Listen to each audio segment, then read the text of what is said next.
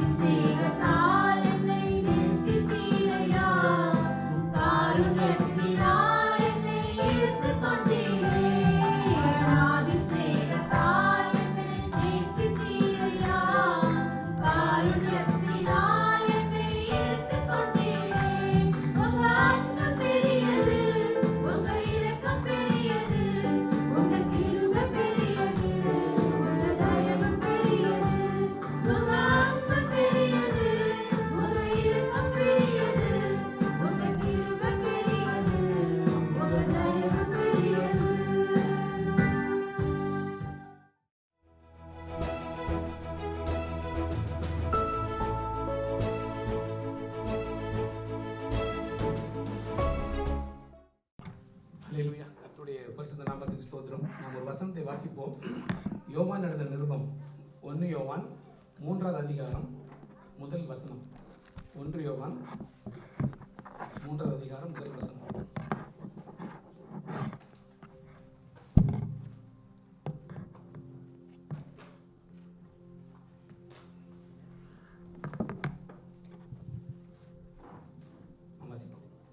நாம் தேவனுடைய பிள்ளைகள் என்று அழைக்கப்படுகிறதுனாலே பிதாவானவர் நமக்கு பாராட்டின அன்பு எவ்வளவு பெரிதென்று பாருங்கள். உலகம் அவரை அறியாதபடியினாலே நம்மையும் அறியவில்லை. நாம் தேவனுடைய பிள்ளைகள் என்று அழைக்கப்படுகிறதுனாலே பிதாவானவர் நமக்கு பாராட்டின அன்பு எவ்வளவு பெரியதென்று பாருங்கள் என்று இந்த வசனம் சொல்லுகிறது. ஆங்கிலத்தில் ரொம்ப அருமையா இருக்குது. ஒரு மொழிபெயர்ப்பு எப்படியா சொல்லுகிறது, வாட் அ லாவிஷ் லவ் அப்படின்ற வார்த்தையை நம்ம பார்ப்போம் வேதத்தில். கடந்த நாட்கள் இந்த ஈஸ்டர் சமயத்தில் ஒரு காரியத்தை குறித்து நான் யோசித்துக் கொண்டிருக்கும் பொழுது ஆண்டவர் ஒரு காட்சியை எனக்கு காண்பித்தார். கிறிஸ்துவானவர் அந்த சிலுவையில் தொங்கிக் கொண்டிருக்கிற ஒரு காரியத்தை அவர் காண்பித்தார். தேவனுடைய அன்பு எவ்வளவு பெரிதா இருக்குன்னு நம்ம பார்க்கிறோம். இந்த வாரத்தில் பொதுவாக பாஸ்டர் இருப்பாங்க, தேவனுடைய வாக்கு தத்தத்தை இந்த முதல் மாதத்தில் வாக்குத்தை நம்ம தியானிப்போம்.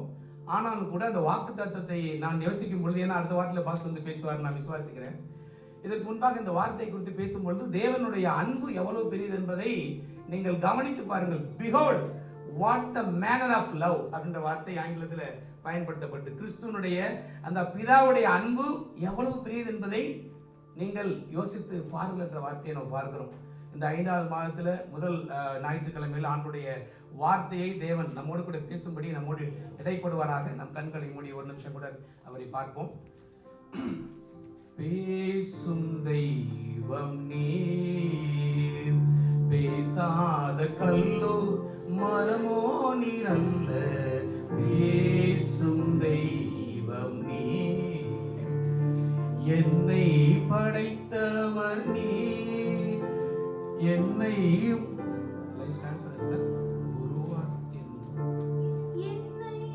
படைத்தவர் நீர், என்னை வளர்த்தவர் நீர்,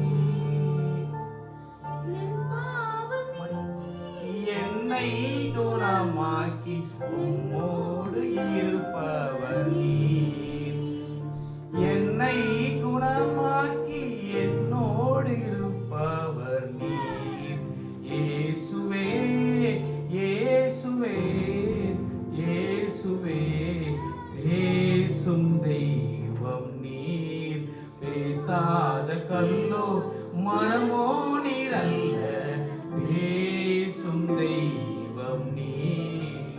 ஆமென். ஆண்டவரே, எங்களோடு கூட நீர் பேசும்படியாக நாங்கள் ஜெபிக்கிறோம். ஆண்டவரே, நாங்கள் எந்த தகுதி இல்லாமல் இருந்தாலும் கூட எங்களை உடைய பிள்ளைகளாய் நீர் தெரிந்து கொண்ட கிருபைகளுக்காக நன்றி செலுத்துகிறோம். இந்த நேரத்தில் பேசுகிற என்னை மறைத்து நீர் எங்களோடு கூட இடைப்படுவீராக. வந்திருக்கிற ஒவ்வொருவரையும் தனித்தனியாய் சந்திக்கிற தேவனாக இருப்பதனால் நாங்கள் உமக்கு நன்றிகளை செலுத்துகிறோம். இந்த நேரத்தில் உம்முடைய பிரசன்னம் கிருபை எங்களோடு கூட இருந்து எங்களை வழிநடத்துகிற ஆண்டவர் இயேசு கிறிஸ்து நாமத்தில் பிதாவே ஆமென். அல்லேலூயா. பிதாவனுடைய அன்பு என்னது என்பதை நாம் அநேக நேரத்தில் சாதாரணமாக நினைக்கிறோம், அப்பா பார்த்துக்குவாருன்னு சொல்லிட்டு. இன்னைக்கு காலையில் வந்து பார்க்கும்போது எனக்கு ரொம்ப ஆச்சரியமான ஒரு காரியம். முதல்ல வந்து சங்கீதம் 103 நம்ம வாசித்தோம் இல்லையா? சங்கீதம் 103 11ஆம் வசனம் இப்படியா சொல்லிக்கிறது, தகப்பன் தன் பிள்ளைக்கு வாசிக்க 103:13. தகப்பன் தன் பிள்ளைகளுக்கு இறங்குகிறது போல கர்த்தர் தமக்கு பயந்தவர்களுக்கு இறங்குகிறார். ஆமென். எவ்வளவு பெரிய காரியம் அது. முதல்ல அந்த சங்கீதத்தை வாசிக்கும்போது ரொம்ப ஆச்சரியமா இருந்தது. இதை குறித்து நம்ம பேசலாம் நினைக்கும் போது தகப்பனுடைய அன்பை, தகப்பன் தன் பிள்ளைகளுக்கு இறங்குறது போல பிதாவானவர் நமக்கு இறங்குகிறார். இந்த உலகத்துல பாருங்க, தெய்வம் என்பதை பார்க்கும்போது நிறைய காரியங்கள் நம்ம பார்க்கிறோம். ஆண்டவர் என்று அழைக்கிறோம், அவர் உணவை உருவாக்கினவர், இஸ் a creator God, அவர் எப்படி பிதா எல்லாம் சொல்றோம். ஆனால் அப்பா என்று அழைக்கிற உறவு எவ்வளவு பேருக்கு அது கிடைக்குது தெரியுமா? நம்மளுக்கு அதை புரிந்து சாதாரணமா நினைக்கிறேன். கிறிஸ்தவர்கள் அப்பானா ஒரு சாதாரண நினைக்கிறோம், ஃபாதர் காட். தகப்பனை இன்னும் சில பேர் டேடி அப்படின்னா நம்ம சொல்லி நம்ம அப்படியே சாதாரணமா கூப்பிடுறோம். ஆனால் உங்களுக்கு தெரியாத ஒரு காரியம், மற்ற மார்க்கங்களில படைத்த தேவனை அப்பா என்று அழைத்தால் அது தேவ தூஷணத்துக்கு சமம். சொல்றது புரியுதா? அப்பான்னு சொன்னாலே தேவன் படைத்த தேவனை சாதாரணமான ஒரு உங்க அப்பா போல மாத்திட்டியான்னு சொல்லிட்டு அது ஒரு தேவ தூஷணமாய் கருதப்பட்டு அவன் கல்லெறியப்பட்டு கொல்லப்பட வேண்டிய ஆள். பல வருடங்களுக்கு நான் ஒரு புத்தகத்தை வாசித்தேன். I dare to call him a father என்ற ஒரு புத்தகம் நீங்க பார்த்திருக்கலாம். பில்கிவி ஷேக் என்று நம்ம நாட்டுக்கு பக்கத்தில் இருக்க ஒரு நாடு, அது எப்பயும் சண்டை போற ஒரு நாட்டில் இருந்த ஒரு பெண்ணை தேவன் சந்தித்தார். அவங்க ஒரு நாள் புறமாக்கத்தில் இருக்கும் பொழுது ஒரு நாள் ஜெபம் பண்ணாங்க, ஆண்டவரே எது உண்மையான கடவுள் என்பதை நீங்க எனக்கு காண்பிக்கும் போது தேவன் ஒரு நாள் பேசினார், நான் தான் உண்மையான தேவன் சொல்லிட்டு. அவங்க அருமையா ஒரு புத்தகத்தை எழுதினாங்க, I dare to call him அப்பா ஃபாதர் என்று. அதனால எல்லா இடத்துலையும் கடவுளை நீங்க அப்பான்னு சொன்னா அது வந்து ஏற்றுக்கொள்ள மாட்டாங்க. அது எவ்வளவு பெரிய தேவன், அவர் நம்மளை உருவாக்கினவர். இன்னும் சொல்ல போனா பல இடத்துல வந்து கிறிஸ்துவுக்கு நமக்குள்ள உறவு எப்படிப்பட்ட உறவா இருக்குது, ஒரு டிரான்சாக்ஷன் பேஸ்டா இருக்குது. ஏதாவது ஒன்று நம்ம செய்வோம், எங்கேயாவது பிரயாணம் பண்ணி போகணும், எங்கேயாவது வரணும், ஏதாவது ஒன்று கடவுள் செஞ்சா அதுக்கப்புறம் கடவுள் ஒன்று கொடுப்போம், அதோட கதை முடிஞ்சது. நம்ம ஊர்ல நீங்க பார்க்கலாம் எவ்வளவு பேர் வந்து பெரிய ஆட்கள்லாம் ஏதாவது ஒரு காணிக்கையை கொடுத்து போட்டு முடிச்சானா அதோட அவன் வேலை முடிந்து விட்டதுன்னு நினைக்கிறான், அதுக்கப்புறம் கடவுள் பார்த்துக்குவார்னு சொல்லிட்டு. அப்படிப்பட்ட உறவுல தேவன் நம்மை அழைக்கவில்லை. அவர் நம்ம எப்படி அழைக்கிறார், பிள்ளைகள் என்ற அதிகாரத்தை கொடுத்திருக்கிறார். யோவான் 1:12 கொஞ்சம் வாசிங்களேன். யோவான் 1:12. அவருடைய நாமத்தின் மேல் விசுவாசம் உள்ளவர்களாய் அவரை ஏற்றுக்கொண்டவர்கள் எத்தனை பேர்களோ அத்தனை பேர்களும் தேவனுடைய பிள்ளைகளாகும்படி அவர்களுக்கு அதிகாரம் கொடுத்தார். பாருங்க, நல்ல யார் அப்பான்னு ஏற்றுக்கொள்வாங்க பாத்தீங்களா? யார் வந்து பிள்ளைகள், அவர் என்ன சொல்றாரு பாருங்க, அவருடைய நாமத்தின் மேல் விசுவாசம் உள்ளவர்களாய் யாரெல்லாம் ஒரு அப்பான்னு ஏற்றுக்கொண்டாங்களோ அவங்களுக்கு என்ன கொடுத்தாரு, பர்மிஷன் கொடுக்கவில்லை, அனுமதியை கொடுக்கல. நீ அப்பான்னு கூப்பிட்டுக்கான்ற ஒரு பர்மிஷனை கொடுக்கல. நீங்க நினைத்து பாருங்க, ஒரு பெரிய ஒரு நிறைய இடத்துல நீங்க பார்க்கலாம், நிறைய நம்ம ஊர்ல கூட நிறைய பேர் பிரச்சனைகள், பெரிய கார்பரேட் வேர்ல்ட்ல கூட எனக்கு பின்னாடி வரப்போறது யாருன்னு பார்க்கலாம். நிறைய இடத்துல அவங்க கோர்ட்டுக்கு அவங்க வந்து சண்டைக்கு போறதை நம்ம பார்க்கிறோம். ஆனால் அவைகள் மத்தியில தேவன் எப்படி பண்றாரு, நீ நமக்கு அதிகாரத்தை கொடுத்திருக்கிறார். அவருடைய பிள்ளைகள் ஆகும்படி யாரையும் தேவன் கட்டாயப்படுத்த தேவன் அல்ல.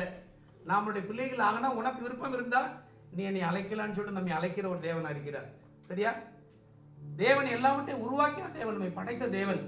ஆனாலும் கூட பொதுவா அப்பா தான் பிள்ளைகளை ஏற்றுக்கொள்வாங்க, புத்திரி சுவாகனம் பண்ணி இவதான் சொல்லிட்டு.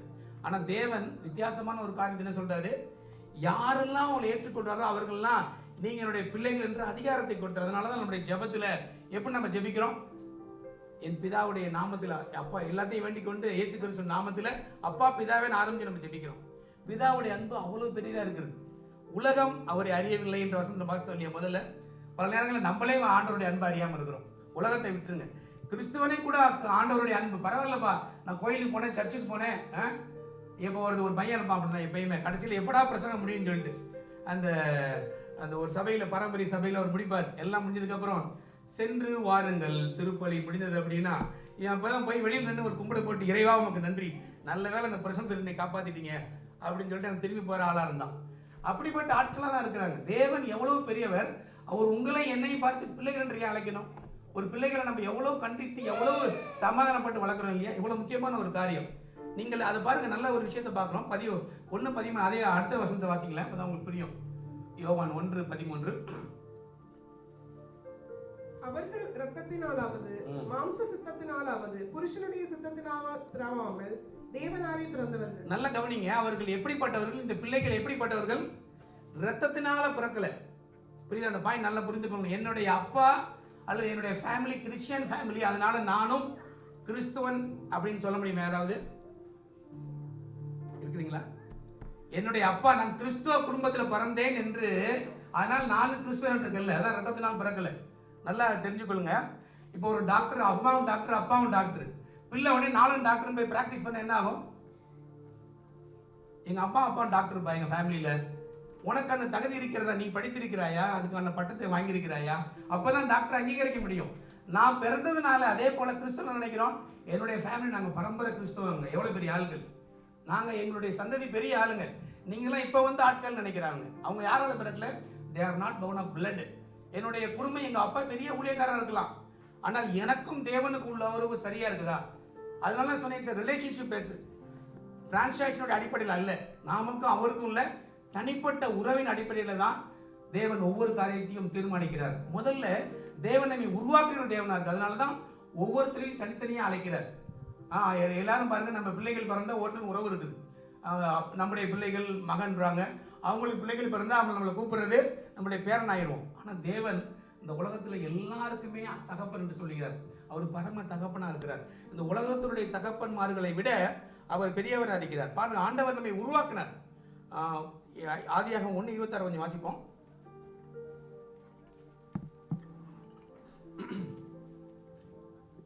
பின்பு தேவன் நமது சாயலாகவும் நமது ரூபத்தின் படியையும் மனுஷனை உண்டாக்குவோமாக, அவர்கள் சமுத்திரத்தின் மச்சங்களையும் ஆகாயத்து பறவைகளையும் மிருக ஜீவன்களையும் பூமி அனைத்தையும் பூமியின் மேல் ஊறும் சகல பிராணிகளையும் ஆளக்கடவர்கள் என்றார். முதல்ல தேவனுடைய அன்பு நம்மை உருவாக்கின ஒரு அன்பா இருக்குது. என்னை உருவாக்கின கிருபை இது. இன்னைக்கு ரொம்ப ஆச்சரியம், எல்லா பாடல்களுமே இந்த செய்திக்கு ஏற்றபடி அமைந்தது. ரொம்ப ஒரு ஆச்சரியமான காரியம். எப்பயுமே நான் ஒரு சிங்க் எதிர்பார்ப்பேன். ஆராதனைன்றது என்ன?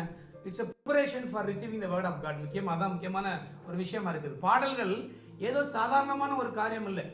உங்களுக்கெல்லாம் தெரியும், இதனால சில காரியங்கள் நீங்க புரிந்து கொள்றதுக்காக சொல்றேன். இந்த 2 ராஜாக்களை பார்க்குறோம். 3 ராஜாக்கள் வனாந்திரத்தில் போய் அலையை சுத்துறாங்க. எல்லாம் போகும்போது தண்ணி குடிக்க தண்ணி இல்லை. அப்போ யாரை கூப்பிடுறான் போது எலிசாவை கூட்டிக் கொண்டு வாங்கன்னு சொல்லும் போது எலிசா மிகப்பெரிய தீர்க்கதரிசி. அவனுக்கு என்ன எதிர்பார்க்குறாங்க?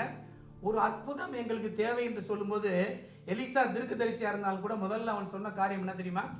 ஒரு மியூசிஷியன் என்கிட்ட கொண்டு வாங்க அப்படின்ற வார்த்தையை சொல்றார். சுரமண்டலம் வாசிக்கிற ஒரு மனிதனை வாசித்து பாருங்க, உங்களுக்கு தெரியும். 2 ராஜாக்கள் 3 அதிகாரத்தில் வசனத்தை வாசிக்க நேரம் இல்லை. 2 ராஜாக்கள் 3 ஒரு சுரமண்டல காரணத்தில் கொண்டு வாருங்கன்ற வார்த்தையை அவன் சொல்றான். அதை வாசிக்கும் பொழுதுதான் தேவனுடைய வார்த்தை இறங்கி வந்து என்ன சொல்றாரு? நீங்கள் மலையை பார்க்க மாட்டீங்க, காற்றையும் பார்க்க மாட்டீங்க, வாய்க்கால்கள் நிரப்பப்படுன்ற வார்த்தை. அதே போலதான் அந்த ஆராதனை என்பது அந்த செய்தியோடு இணைந்து சிங்கா இருக்கணும். இன்னைக்கு எனக்கு ஒரு பெரிய ஒரு ஆவியில் ஒரு சிங்கை நான் பார்த்தேன். ஆக்சுவலாக கர்த்தருக்கு ஸ்தோத்திரம். அப்ப தேவன் நம்மை உருவாக்குறது, என்னை படைக்கிற தேவனா இருக்கார். With his love he designed us. உலகத்தில் எவ்வளவோ சிருஷ்டிகளை தேவன் உருவாக்கினார். ஆனா மனுஷனை மட்டுமே அவருடைய சாயல்ல படைத்தாராம். நம்ம எல்லாம் தேவனுடைய சாயல்ல இருக்கிறது எவ்வளவு பெரிய காரியம். அந்த பவரை நம்மளுக்கு கொடுக்குறாரு. the same power he wants to give. புரியுதா உங்களுக்கு? பல நேரங்கள்ல மற்றவங்க அதை கொடுக்க மாட்டாங்க. சில பேர் வந்து இந்த என்னதான் இருந்தாலும் ஒரு டெக்னாலஜியை கண்டுபிடிச்சாலும் பேட்டர்ன் பண்ணி அதை வச்சுமா அந்த சீக்கிரட் யாருக்கும் போயிடக்கூடாதுன்னு நினைப்பாங்க. ஆனா தேவன் ஒருவர் தான். நான் மட்டும் இல்லையா, என்னுடைய பிள்ளைகள் என்னை விட உயர்வா இருக்கணும் அப்படின்ற எண்ணத்தை அறிந்தவராக இருந்தார். எல்லாத்தையும் பார்த்தாரு பாருங்க. 1:27 அடுத்த வசனத்தை கொஞ்சம் வாசித்து பாருங்க. அதே அது ஆதியாகமம் 1:27. தேவன் தம்முடைய சாயலாக மனுஷனை சிருஷ்டித்தார், அவனை தேவ சாயலாகவே சிருஷ்டித்தார், ஆணும் பெண்ணுமாக அவர்களை சிருஷ்டித்தார். ஆமென். தேவன் மனிதர்களை உருவாக்கும் போது எப்படி உருவாக்குனான்னு பார்க்கிறோம். எவாலுவேஷன் தியரி அல்ல. எப்படியோ ஒரு நாளைக்கு ஒரு எங்கேயோ ஒரு இடத்துல ஒரு இது அது பேர் நெபுலா இருந்தது, அது அப்படியே எக்ஸ்ப்ளோஷன் ஆகி திடீர்னு ஃபார்ம் ஆச்சுன்ற வார்த்தை அல்ல. தேவன் நம்மை சிருஷ்டித்தார், பார்த்து பார்த்து சிருஷ்டித்தார். சங்கீதம் 139 ஒரு வசனம் வரும் பாருங்க. I am fearfully and wonderfully made. என்னை தேவன் ஆச்சரியத்த 139 சங்கீதம் முழுமையா நீங்க வாசித்தீங்கன்னா தாவீதோடைய அந்த படைப்பினுடைய அருமையை பத்தி அங்க பார்க்கலாம். சங்கீதம் 139 பாருங்க. நான் பிரமிக்கத்தக்க அதிசயமாய் உருவாக்கப்பட்டபடியினால் அப்படின்ற வார்த்தையை நம்ம வாசிக்கிறோம். சங்கீதத்துல 139 தாவீது வாசிங்க. நான் பிரமிக்கத்தக்க அதிசயமாய் உண்டாக்கப்பட்டபடியால் உம்மை துதிப்பேன், உமது கிரியைகள் அதிசயமானவைகள், அது என் ஆத்மாவுக்கு நன்றாய் தெரியும். ஆமென். எவ்வளவு பெரிய காரியம். இன்னைக்கு எவ்வளவு ஏஐ வந்தாலும் கூட, எவ்வளவு டெக்னாலஜி பல நேரங்கள்ல அதோட இன்டராக்ட் பண்ண ஆச்சரியமா இருக்குது. நான் இன்டராக்ட் பண்ண ரொம்ப I love technology next to God. அதோட பேசும்போது எவ்வளவு கரெக்டா ஒரு விஷயத்தை ஹேண்டில் பண்றான். நம்மள மாதிரி ஒரு எமோஷன் அது கிடையாது. சில நேரத்தில் நான் சொல்லுவேன், நீ வந்து it seems to be a plagiarism, நீ எங்கேயோ காப்பி அடிச்சு கொடுத்துட்டேன்னு சொன்னா கூட அவன் கோவப்படல.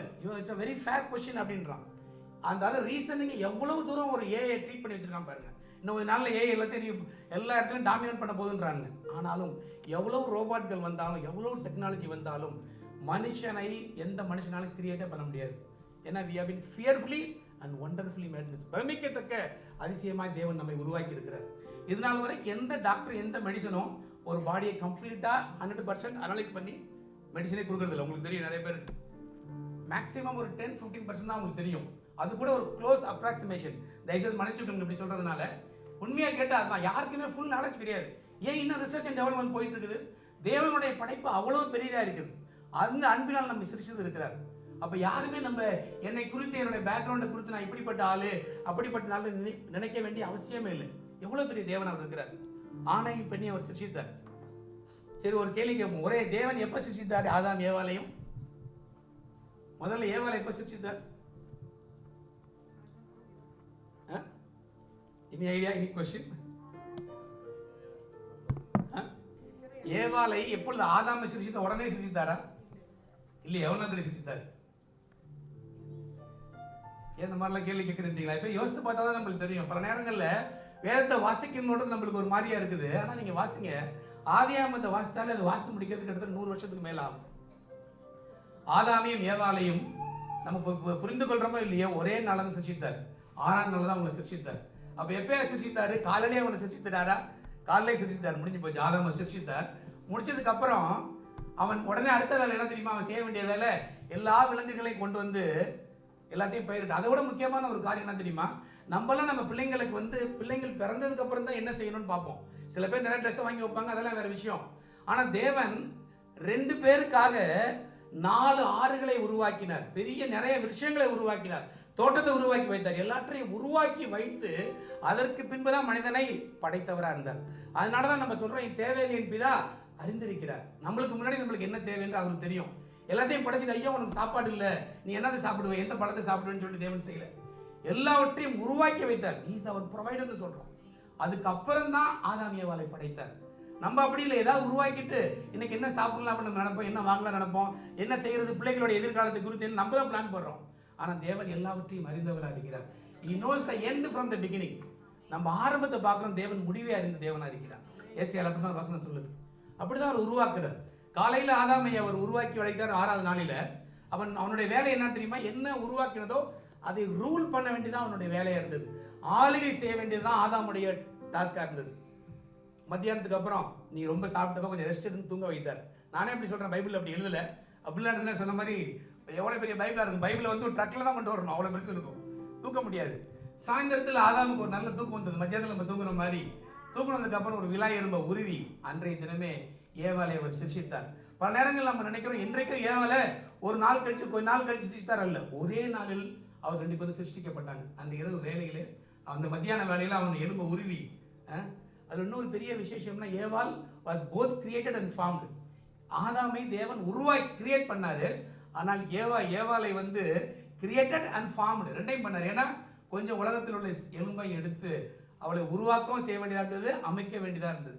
அதனால தான் குயவன் கையில் இருந்த களிமணை போல தேவனை அவர் 2 பேரையும் உருவாக்கி அவங்க என்ன செய்தார் பாருங்க, எல்லாத்தையும் நீங்க ஆளுகை செய்து கொள்ளுங்கன்ற வார்த்தையை கொடுத்து அவர் ஆளுகை செய்தவராக இருந்தார். எவ்வளவு பெரிய தேவன். மனுஷனுக்கு அடுத்த நாள் என்ன, 7வது நாள் என்ன, அடுத்த நாள் என்ன வேலை, அடுத்த நாளே ரெஸ்ட். ஆதாம் உருவாக்கப்பட்ட அடுத்த நாளே அவனுக்கு ரெஸ்ட் தான். இதுதான் ஆண்டவருடைய சித்தமா இருந்தது. ஏதேன் தோட்ட அனுபவம் நம்ம நினைக்கிறோம். அந்த இடத்துல இங்க இருக்க மாதிரி சண்டை, வேலை, பிரச்சனை, பியர் ப்ரெஷர் அல்லது ஒர்க் ப்ரெஷர் அதெல்லாம் எதுவுமே கிடையாது. In God design there was no flaw. அவருடைய படைப்புல எந்த ஒரு குறையுமே இல்லை, பரிபூர்ணமாய் படைத்தார். அதனாலதான் ஆதாம் வந்து 900 years அதுக்கு மேலாம் வாழ்ந்தான்.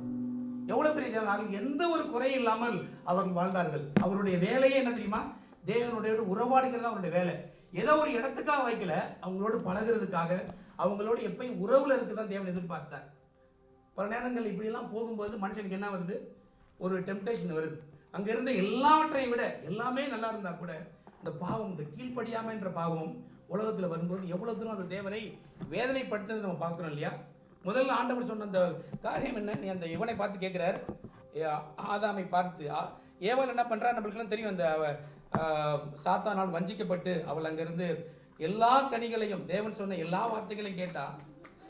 ஆனா கடைசியில டெம்டேஷன் எங்க இருந்து வருது, எதை செய்யக்கூடாதுன்னு சொல்லும் போதுதான் நமக்குள்ளார வந்து ஒரு டெம்டேஷன் வருது.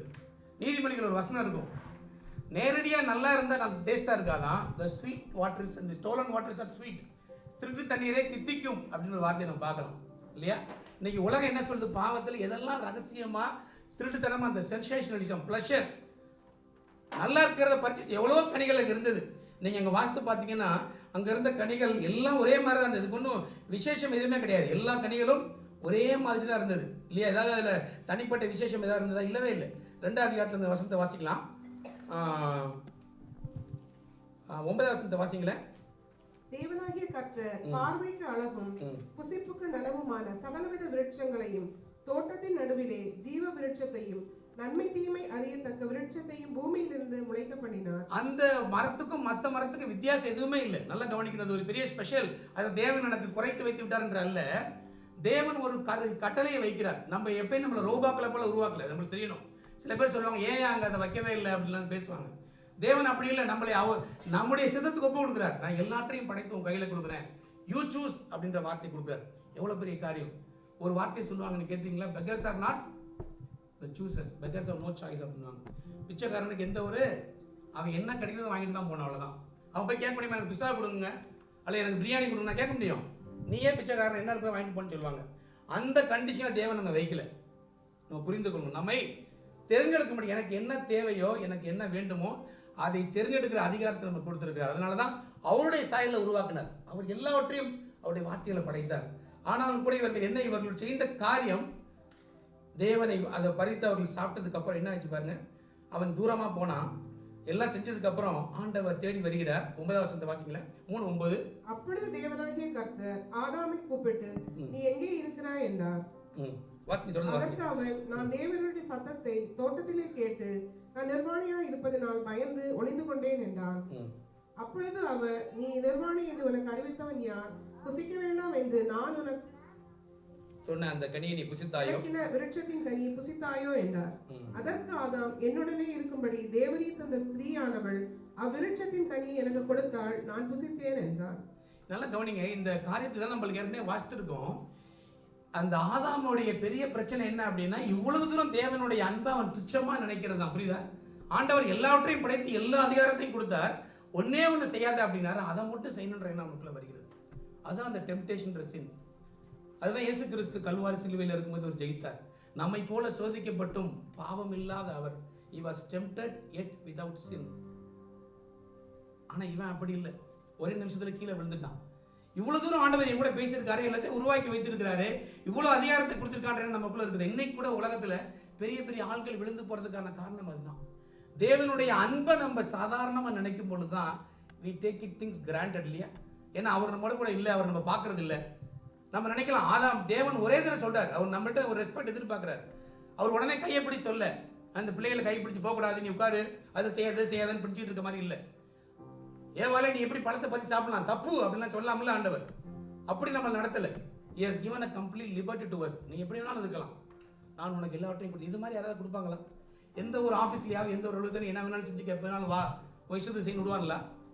நீங்களே பிசினஸ் பண்ணா கூட செய்ய மாட்டீங்க. ஐயோ நான் போலனா என்னால செய்ய முடியாதுன்னு சொல்லிட்டு. ஆனால் தேவனுடைய அன்பு நிபந்தனையற்ற அன்பா இருந்தது, அன்கண்டிஷனல் லவ். எந்த ஒரு பிரதிபலனை எதிர்பார்க்காத ஒரு அன்பா இருந்தது. ஆனால் மனிதனுக்கு அது அற்பமாய் காணப்பட்டது. பரவாயில்ல, என்ன இருந்தாலும் பார்த்து பாருன்னு சொல்லிட்டு. அதுதான் மனுஷனுடைய காரியம், தேவனுடைய காரியம். இப்போ யார் தேடி வராரு பாருங்க. ஃபர்ஸ்ட் ஆண்டவர் பேசின வார்த்தை வேர் ஆர் யூன்றார். எங்க இருக்கிறாய் அந்த வார்த்தை கேட்கிறார். எங்க இருக்காருன்னா அவருக்கு தெரியல, எங்க இருக்காருன்னு தெரியல. It is not talking about the location where he was. எங்கப்பா உனக்கு எனக்கு உள்ள உறவுன்றார். எப்போ பாவம் மனுஷனுக்குள்ள வருதோ அது நேரடியாய் நம்மை ஆண்டவரோட பேச விடாது. புரியுதா? பிரிக்குது, பெரிய ஒரு காரியமா இருக்குது, மிகப்பெரிய பிளவை ஏற்படுத்தினது. ஆண்டவர் அவனை தேடி போறார். God's reach out. அதுதான் தேவனுடைய அன்பு. ஒருவேளை இன்றைக்கு நம்ம யாராவது உங்க வீட்லயோ எங்கேயாவதோ உங்களை யாராவது உங்களை அஃபன் பண்ணியிருந்தா, ஊன் பண்ணியிருந்தா, எவ்வளவு பேர் நீங்க அவங்கள்ட்ட போயிட்டு ஓகே வாங்க உட்கார்ந்து சாப்பிடுன்னு பேசுவோமா? இந்த சாப்பாடு உங்க அப்பாட்ட சொல்லு அப்படின்னு சொல்லி சொல்லுவாங்க. கணவன் மனைவிக்குள்ள வர பிரச்சனை. ஆபீஸ்ல எவ்வளவு பேர் நான் பேசுறேன், என்னை சேர்த்தா நான் சொல்றேன். ஆனா தேவன் அவர் அஃபண்ட் ஆனா கூட he is the one to restart the relationship. புரியுதா உங்களுக்கு? அவர் நம்மை தேடி வருகிற தேவனா இருக்கிறார். நம்ம அவரை துக்கப்படுத்தினாலும் கூட, இன்னைக்கு 103 வாசனம் இல்லையா, நம்முடைய பாவங்களுக்கு ஏற்ப அவர் நம்மை நடத்தாமல், எவ்வளவு பெரிய அன்பு நினைச்சு பாருங்க. நிக்க முடியுமா நம்மளால? அந்த நடந்து பேச முடியுமா என்னால? நம்ம எவ்வளவு தூரம் தேவனோட அன்பை புரிந்து கொண்டிருக்கிறோம்.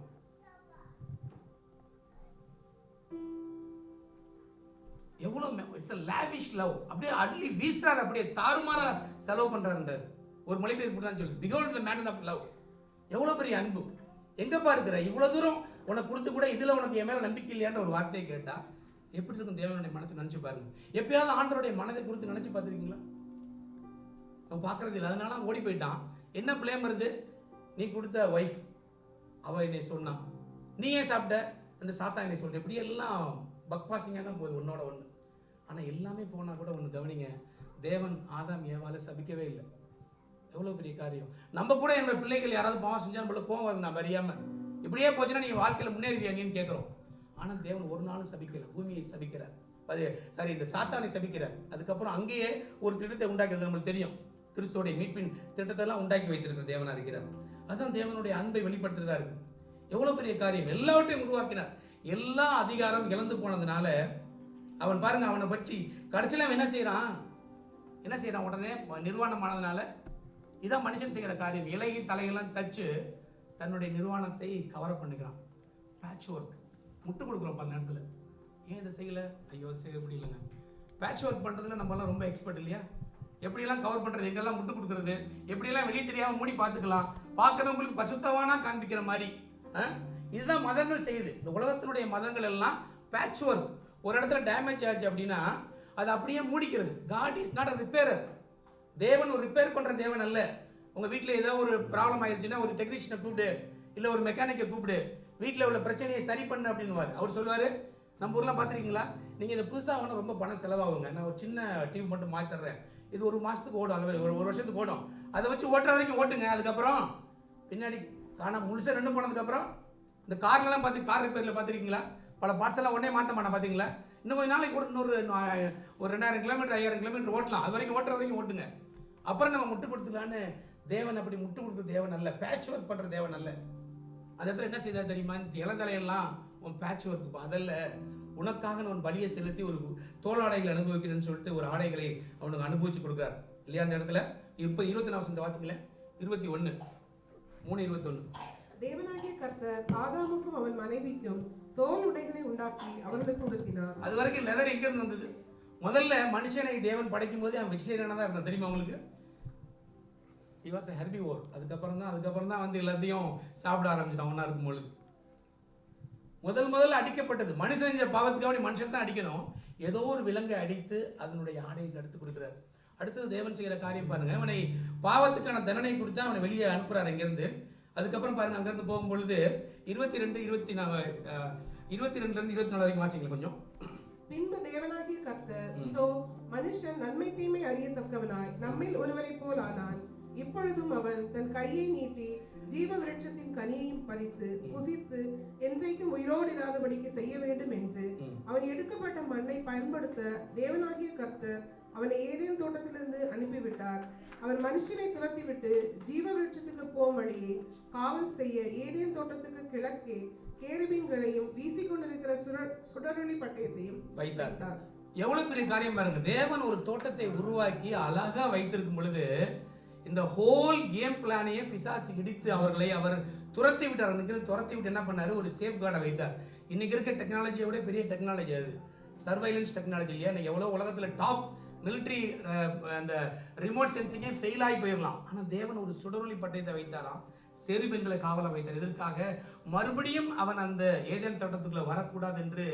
ஏன் அப்படின்னா, ஏற்கனவே அவன் பாவத்தில் இருக்கிறான். அடுத்தது இந்த நன்மை தீமை சாப்பிட்டான்னா அவன் சாகவும் மாட்டான், பிழைக்கவும் மாட்டான்ற ஒரு சாபமான காரியத்துக்கு போகக்கூடாதுன்னு அவனை துரத்தி விட்டார். கொஞ்சம் நினைச்சு பாருங்க, தேவனுடைய மனநிலைமை எப்படி இருக்கும். நம்ம ஊர்ல சொல்றாங்க, first impression is best impression அப்படின்வாங்க இல்லையா. முதல் கோணல் முற்றும் கோணல் அப்படின்வாங்க. ஆனா தேவன் அப்படிலாம் செஞ்சு கணத்துல கை வச்சுட்டு உட்கார்ல. நினைச்சு பாருங்க, நம்ம நினைக்கிறோம் பல வாழ்க்கையில, ஏன் ஆண்டவரை இப்படி என்னுடைய வாழ்க்கையில ஆரம்பமே இப்படி போயிருச்சுன்னு நினைக்கிறோம். வேதத்துல முதல்ல எடுக்கிற 3 அதிகாரமே எல்லாம் ஃபெயிலியர் ஆயிடுச்சு. பைபிளை தூக்கி எறிஞ்சிடலாமா நம்ம? நினைச்சு பாருங்க, ஆரம்பத்தில் ஆண்டவருடைய திட்டம் குலைந்து போனதுன்னா ஒரு சாதாரணமான ஒரு ஆளா இருந்த கதையை முடிச்சிருப்பாரு, எல்லாத்தையும் அடிச்சு காலி பண்ணிட்டு இதே வேணாடா பரலோகத்துக்கு போயிடலான்னு சொல்றது உங்களுக்கு புரியுதா? அவருடைய மிகப்பெரிய திட்டம் ஒரு 2 பேருக்காக பார்த்து ஒரு தோட்டத்தை உருவாக்கி, ஆறுகளை உருவாக்கி, எல்லாத்தையும் உருவாக்கி, கொஞ்ச நாள் கூட, எவ்வளவு நாள் அவங்க இருந்தான்னு தெரியல, மேபி லெஸ் than 20 years. நல்லா கவனிங்க, அவங்களுக்கு ஒரு பிள்ளை கூட பிறக்கல. தோட்டத்துக்கு வெளியே போனதுக்கு அப்புறம் தான் they have their first children. அப்படின்னா எவ்வளவு ஷார்ட் நோட்டீஸ்ல கர்த்தருடைய அன்பை இந்த மனுஷன் என்டர்டெயின் பண்றான்னு பாருங்க. அவருடைய லேவிஷை இவன் லேவிஷை தூக்கி எறிஞ்சிருக்கான். முதல்ல அவனுக்கு எந்த ஒரு வேலையும் இல்லை. இப்ப என்ன சொல்றாரு, நீ போய் தோட்டத்தை பண்படுத்து. லேபர் அங்கதான் என்டர் ஆகுது.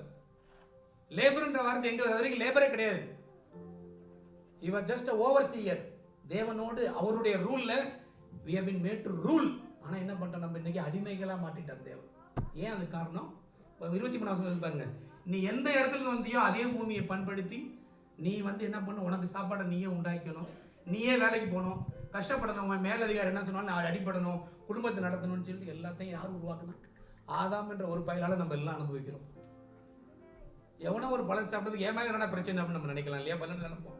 எவனோ ஒருத்தர் இருந்தான், ஆனா அவன் வழியா நம்ம வந்திருக்கோம். நல்லா கவனித்து பாருங்க, தேவனுடைய ஸ்டாண்டர்ட் நினைச்சு பாருங்க. 2 பேரை நமக்கு ஒப்பிட்டு பார்க்கணும். பல நேரங்கள்ல நம்ம சாதாரண நினைக்கிறோம், ஏதோ அதிகம் புஸ்தகம் போனா போதும் நினைக்கிறோம். இதே ட்ரீட்மெண்ட்டை தேவன் தன்னோடு கூட இருந்த தூதர்களுக்கு எப்படி நடத்தினார் தெரியுமா?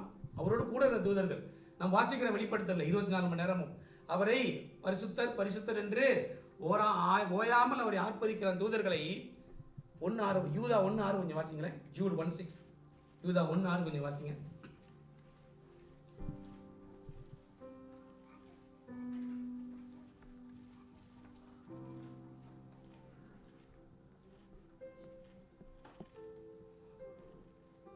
யூதா 1:6 புதிய ஏற்பாடு. தங்களுடைய ஆதி மேன்மையை காத்து கொள்ளாமல் தங்களுக்குரிய வாசஸ்தலத்தை விட்டுவிட்ட தூதர்களையும் மகா நாளின் நியாய தீர்ப்புக்கென்று நித்திய சங்கிலிகளினாலே கட்டி அந்தகாரத்தில் அடைத்து வைத்திருக்கிறார். தேவனுடைய அன்பை உங்களை நல்லா புரிஞ்சுக்கிறீங்களா? அவரோடு கூட இருக்கிற தேவதூதர்களுக்கு இன்ஸ்டன்ட் பனிஷ்மெண்ட். அவர்களை கட்டி அவர்களை எங்க போட்டார்? தூக்கி நரகத்துல போட்டார். இப்ப ஆதாம் ஏவாளுக்கும் அதானங்க வரணும். உண்மையாலுமே ஆதாம் ஏவாள் அவர்களுக்கு பின்னாடி தானே உருவாக்கப்பட்டவங்க. ஆனா தன்னுடைய சாயல் உருவாக்கப்பட்ட மனுஷனுக்கு தேவன் அன்பை காண்பிக்கிறார். அவங்களுக்கு நரகத்தை கொடுக்கல, நீ வேலையை மட்டும் செய்யணும் அனுப்புறார். எவ்வளவு பெரிய தேவன் நினைச்சு பாருங்க. தேவனுடைய அன்பு ஒரு லேவிஷ் லவா இல்லையா? யோவான் சொல்ற அன்பு எவ்வளவு பெரிய அன்பா இருக்குது. நான் ஒரு யோவானுடைய சிமெட்ரியை பார்த்தோம் நாங்கள் டர்க்கியில் இருந்தப்ப. எபேசு நகரத்தில் இருக்குது. எவ்வளவு பெரிய ஒரு காரியம். ஆனால் துரதிருஷ்டவசமாக ஒரு முஸ்லீம் நாடாக இருக்குது, நம்ம போய் பார்க்கறது முடியல. எவ்வளோ ஒரு அருமையான, எங்கேயோ வாழ்ந்து எங்கேயோ பிறந்து எங்கேயோ இருந்த மனுஷன் வந்து ஒரு இடத்துல அவன் நான் அது வரைக்கும் தெரியல, நான் எந்த ஹோட்டல் பக்கத்துல தான் அவனுடைய சிமெட்ரி இருந்துன்னு சொல்லிட்டு ரொம்ப ஒரு ஆச்சரியமான காரியம் பண்ணுது. எல்லாம் ஒரு அன்பின் சீஷன் சொல்லி அழைக்கப்படுறாரு. அவர் தான் அன்பை கொடுத்து எழுதுறாரு. பிதாவுடைய அன்பு, அவர் பாராட்டின அன்பு எவ்வளவு பெரியது என்று பாருங்கள். அந்த ஸ்டாண்டர்டு அதே ஸ்டாண்டர்ட் நம்மளுக்கு காமிச்சிருந்தாருன்னா நம்ம நிற்கவே முடியாது. தன்னுடைய அன்புல உருவாக்க எவ்வளவு அவரை மனதை வேதனைப்பட்டிருக்கும். அந்த அந்த ஒரு சினிமா எடுத்தா எப்படி இருக்கும் பாருங்க. ஒரு நல்ல பேக்ரவுண்ட்ல சோக மியூசிக்கை போட்டு எல்லாரும் 2 பேரும் துரத்தி விட்டு போகும்போது ஆண்டு ரொம்ப சந்தோஷப்படுவாரா? அவங்கள வெளியே தள்ளி கதவை சாத்தும் பொழுது தகப்பனுடைய உள்ள ரொம்ப மகிழ்ந்தா இருக்கும், வேதனையோட இருப்பார். வேற வழி இல்லை. அவன் உள்ள வந்துட்டான் அப்படின்னா அவன் வாழ முடியாது, சாக முடியாது. அவருடைய பிளான் வேற. அவர் நமக்கென்று வைத்திருக்க திட்டம் அது சமாதானத்துக்கான திட்டமா இருக்குது. அதான் தேவனுடைய அன்பா இருக்கு. அடுத்தது பாருங்க, ஒவ்வொரு நாளும் நீங்க பார்த்தீங்கன்னா சரி தொடர்ந்து இவனாவது போயிட்டா இனிமேட்டு யாராவது ஒருத்தர் வருவானான்னு சொல்லிட்டு அவர் ஏங்கி பார்க்குறாரு, தேடி பார்க்குறாரு. அப்படியே காலங்கள் கொஞ்சமா ஓடுது, டைம் நல்ல வேகமாக போவோம். ஆதியாகமம் 6:5 கொஞ்சம் வாசிங்களேன். ஆதியாகமம் 6:5. மனுஷனுடைய அக்கிரமம் பூமியிலே பெருகினது என்றும் அவன் இருதயத்தின் நினைவுகளின் தோற்றம் எல்லாம் நித்தமும் பொல்லாததே என்றும் கர்த்தர் கண்டு பூமியிலே மனுஷனை உண்டாக்கினதற்காக கர்த்தர் மனஸ்தாபப்பட்டார். அது அவர் இருதயத்துக்கு விசனமாய் இருந்தது. சரி, ஆதாம் ஏவாள் தான் ஒருத்தர் தான் இப்படி போயிட்டான்டா, சரி நான் அன்பை காண்பிக்கிறேன்னு சொல்லிட்டு இவ்வளவு தலைமுறை வந்ததுக்கு அப்புறம் எவனாவது நல்லா இருப்பான் பாட்டா அவன் உட்கார்ந்து சொல்ற மாதிரி உட்கார்ந்து யோசிக்கிறதே என்ன நினைக்கிறான், எப்படி கெடுதல் பண்ணலாம், என்ன பாவம் பண்ணலான்றதான். அது எப்படின்னு பாருங்க. அவன் நினைவுகளின் தோற்றம் எல்லாம் the every intention of his thoughts அப்படின்னு எழுதப்பட்டிருக்கு. என்ன யோசிக்கிறான் அப்படின்னாலே எவ்வளவு அழகா தமிழ்ல பட்டிருக்காங்க பாருங்க. அவன் நினைவுகளின் இருதயத்தின் தோற்றம் எல்லாம், அவனோட டிசைன் பேட்டர்னு பாவத்தை எப்படி செய்யறது அப்படின்னு தான். இன்னைக்கு ஏன் இன்றைக்கு உலகத்துல மிகப்பெரிய கிறிஸ்துவ நாடுன்னு சொல்லக்கூடிய ஐரோப்பாவோ இல்ல யூஎஸ்ஓ ஏன் தேவனோடு வெளியிருக்கிறாங்க? எவ்வளவு சபைகள் வந்து பாராக இன்னும் கிளப்பாக மாறுது. அவனுக்கு சாதாரணமாக நினைக்கிறான் தேவனுடைய அன்பை. அவனுடைய நினைவே என்ன சொல்றான், ஓப்பன் பேஸ்ட் எல்லாம் சொல்றான். சமீபத்தில் நீங்க பார்த்துருக்கலாம், அந்த ஒரு ஈஸ்டருடைய செய்தி, இங்கிலாந்துடைய ராஜா என்று அழைக்கப்படுகிற ஒரு மனுஷன் இருக்குது. தயவுசெய்து மனிதர்கள் I don't want to give respect to him. அவன் என்ன சொல்றான், கிறிஸ்துவின் அன்பை போல மற்ற ஒரு மார்க்கத்தை அதை ஒப்பேர் பண்ணி அதுலேயும் அந்த அன்பு இருக்கு அப்படின்னு இருக்கான். அது ஒப்பிட்டு பார்க்க முடியாது, மற்ற இதோட நம்மளோட கிறிஸ்துவனுடைய இந்த அன்பை வேற எங்கேயாவது நீங்க பார்க்க முடியுமா? ஏன்னா அவனுக்கு சாதாரணமாக நினைக்கிறான். இந்த இவ்வளவு பெரிய அன்பு அவனுக்கு அற்பமா நினைக்குது. உலகம் அவரை அறியவில்லை. முதல் வசந்த வாஸ்தவம் இல்லையா? உலகம் அவரை அறியவில்லை. தேவனுடைய அன்பு என்னன்னு தெரியாதவனுக்கு ஒன்றும் தெரியாது. ஆனாலும் தேவன் விடலை. அவர் தொடர்ந்து he felt sorry. First time 2 இடத்துல வேதத்தில் எழுதப்பட்டிருக்குது, ஆண்டவர் மனுஷனை உருவாக்குனதுக்காக மனஸ்தாபப்பட்டாருங்க. அவர் மனஸ்தாபப்படலை, நம்ம அவரை பாடாப்படுத்துறோம், அவ்வளவுதான், வேற ஒன்றும் இல்லை. அவரே அவர் மனமாற மனுபுத்தர் அல்ல, நம்ம படுத்துற பாட்டில் அவர் உடஞ்சு போயிட்டார், அவ்வளவுதான். ஏன்டா அவனை உருவாக்குன்ற அளவுக்கு ஆண்டவரே ஆக்குறாருன்னா அப்புறம் மனுஷன் எப்படி இருப்பான் பாருங்க. ஏன்னா மனுஷனுடைய டிசைனே அப்படிதான் இருக்குன்றாரு. இன்னொரு இடத்துல பார்த்தீங்கன்னா போன வாரம் நம்ம கேட்டோம் இல்லையா, அடுத்தது வந்து நம்ம சவுல், தெரிந்து கொள்ளப்பட்ட சவுல், ஆண்டவர் வேதம் இவன் எதுக்குடா உருவாக்குறேன் நம்ம நினைச்சு பார்ப்போம். தேவன் நம்மை குறித்து என்ன சொல்லுவார், நம்முடைய அன்பு நம்ம எப்படிப்பட்டவங்களா இருக்கோம் நம்ம நினைப்பார். ஆனாலும் தேவன் அப்படியே கைவிடுற தேவன் அல்ல. ஐயோ ஒன்று முடிஞ்சு போச்சுன்னு கணத்துல கை வச்சு உட்கார்ந்தாருன்னா உலகம் நின்றோம். ஒரு நிமிஷம் நினைச்சு பாருங்க, இந்த பூமி எவ்வளோ 6000 கிலோமீட்டர், எவ்வளோ 6000 கிலோமீட்டர் ஸ்பீடில் சுற்றுது. ஒரு நாள் பூமி சுற்றுற ஸ்பீடு நின்று போச்சு அப்படின்னா என்ன ஆகும்? ஒண்ணுமே நடக்காது. 23.4 டிகிரி அப்படி இன்க்ளைண்ட் ஆயிருக்கு. அதனாலதான் 4 சீசன் மாறி மாறி வருது. இல்லைன்னா என்னைக்கும் அழைச்சி போயிருக்கும். அதுக்கப்புறம் நடக்கிற காரியம் சரி இன்னொருத்தன் வருவான்னு சொல்லிட்டு யோகா கொண்டு வந்து பார்க்குறாரு. நோவா வந்து நல்லா இருப்பானா அப்படின்னு நோவாவை பார்த்தா நோவா நல்லா தான் இருந்தான்.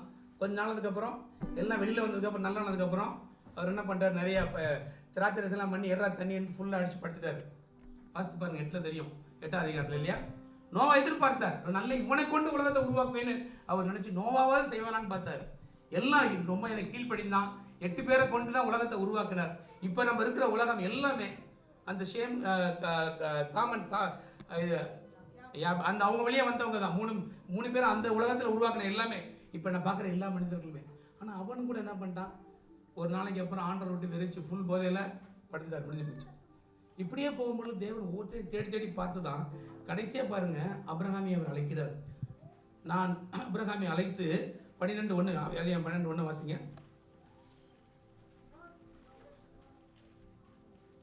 12:1 நம்ம தெரிஞ்ச வசனம் தான் அது. கர்த்தர் ஆபிரகாமை நோக்கி, நீ உன் தேசத்தையும் உன் இனத்தையும் உன் தகப்பனுடைய வீட்டையும் விட்டு புறப்பட்டு நான் உனக்கு காண்பிக்கும் தேசத்துக்கு போ. நான் உன்னை பெரிய ஜாதியாக்கி உன்னை ஆசீர்வதித்து உன் பேரை பெருமைப்படுத்துவேன், நீ ஆசீர்வாதமாய் இருப்பாய். ஆமென். அவனை பார்த்து ஒரே ஒரு ஆளை பார்த்து அழைக்கிறார், நீ வாப்பா வெளியிலன்னு சொல்லிட்டு. இதுதான் தேவனுடைய அழைப்பு. நம்மளுடைய தகுதியின் அடிப்படையில் அவர் பார்க்கறது இல்லை. அன்டிசர்வ்டா இருக்கிறோம் பல நேரங்களில் இல்லையா. நம்மளுக்கு எந்த ஒரு தகுதியும் அருகதையும் இல்லை. பவுல் சொல்றாரு, என்னுடைய தகுதி எங்களால் ஏதாவது யோசிப்பதற்கு எங்களால் எல்லாமே எங்கள் தகுதி தேவனால் உண்டாயிருக்கின்ற 2 கொரிந்தியர் 3ஆம் அதிகாரத்தை நீங்க வாசிக்கலாம். அப்படி தகுதி இல்லாத நம்முடைய வயது கூட ஆயிப்போச்சா, அல்லது எனக்கு ரொம்ப அறிவே இல்லை, எனக்கு இது குறைவா இருக்குன்னு எதையும் நினைக்க வேண்டியதில்லை. தேவன் எல்லோரையும் அழைக்கிற தேவனா இருக்கிறார். நீங்கள் எப்படிப்பட்ட நிலைமை இருந்தாலும் தேவன் நம்ம அழைக்கிறார். ஆனா ஒன்னே ஒன்று, நம்ம ஆண்டவருக்கு கீழ்ப்படிடுமா. ஏசாயா 51:2 கொஞ்சம் வாசிங்களேன். ஏசாயா 51:2.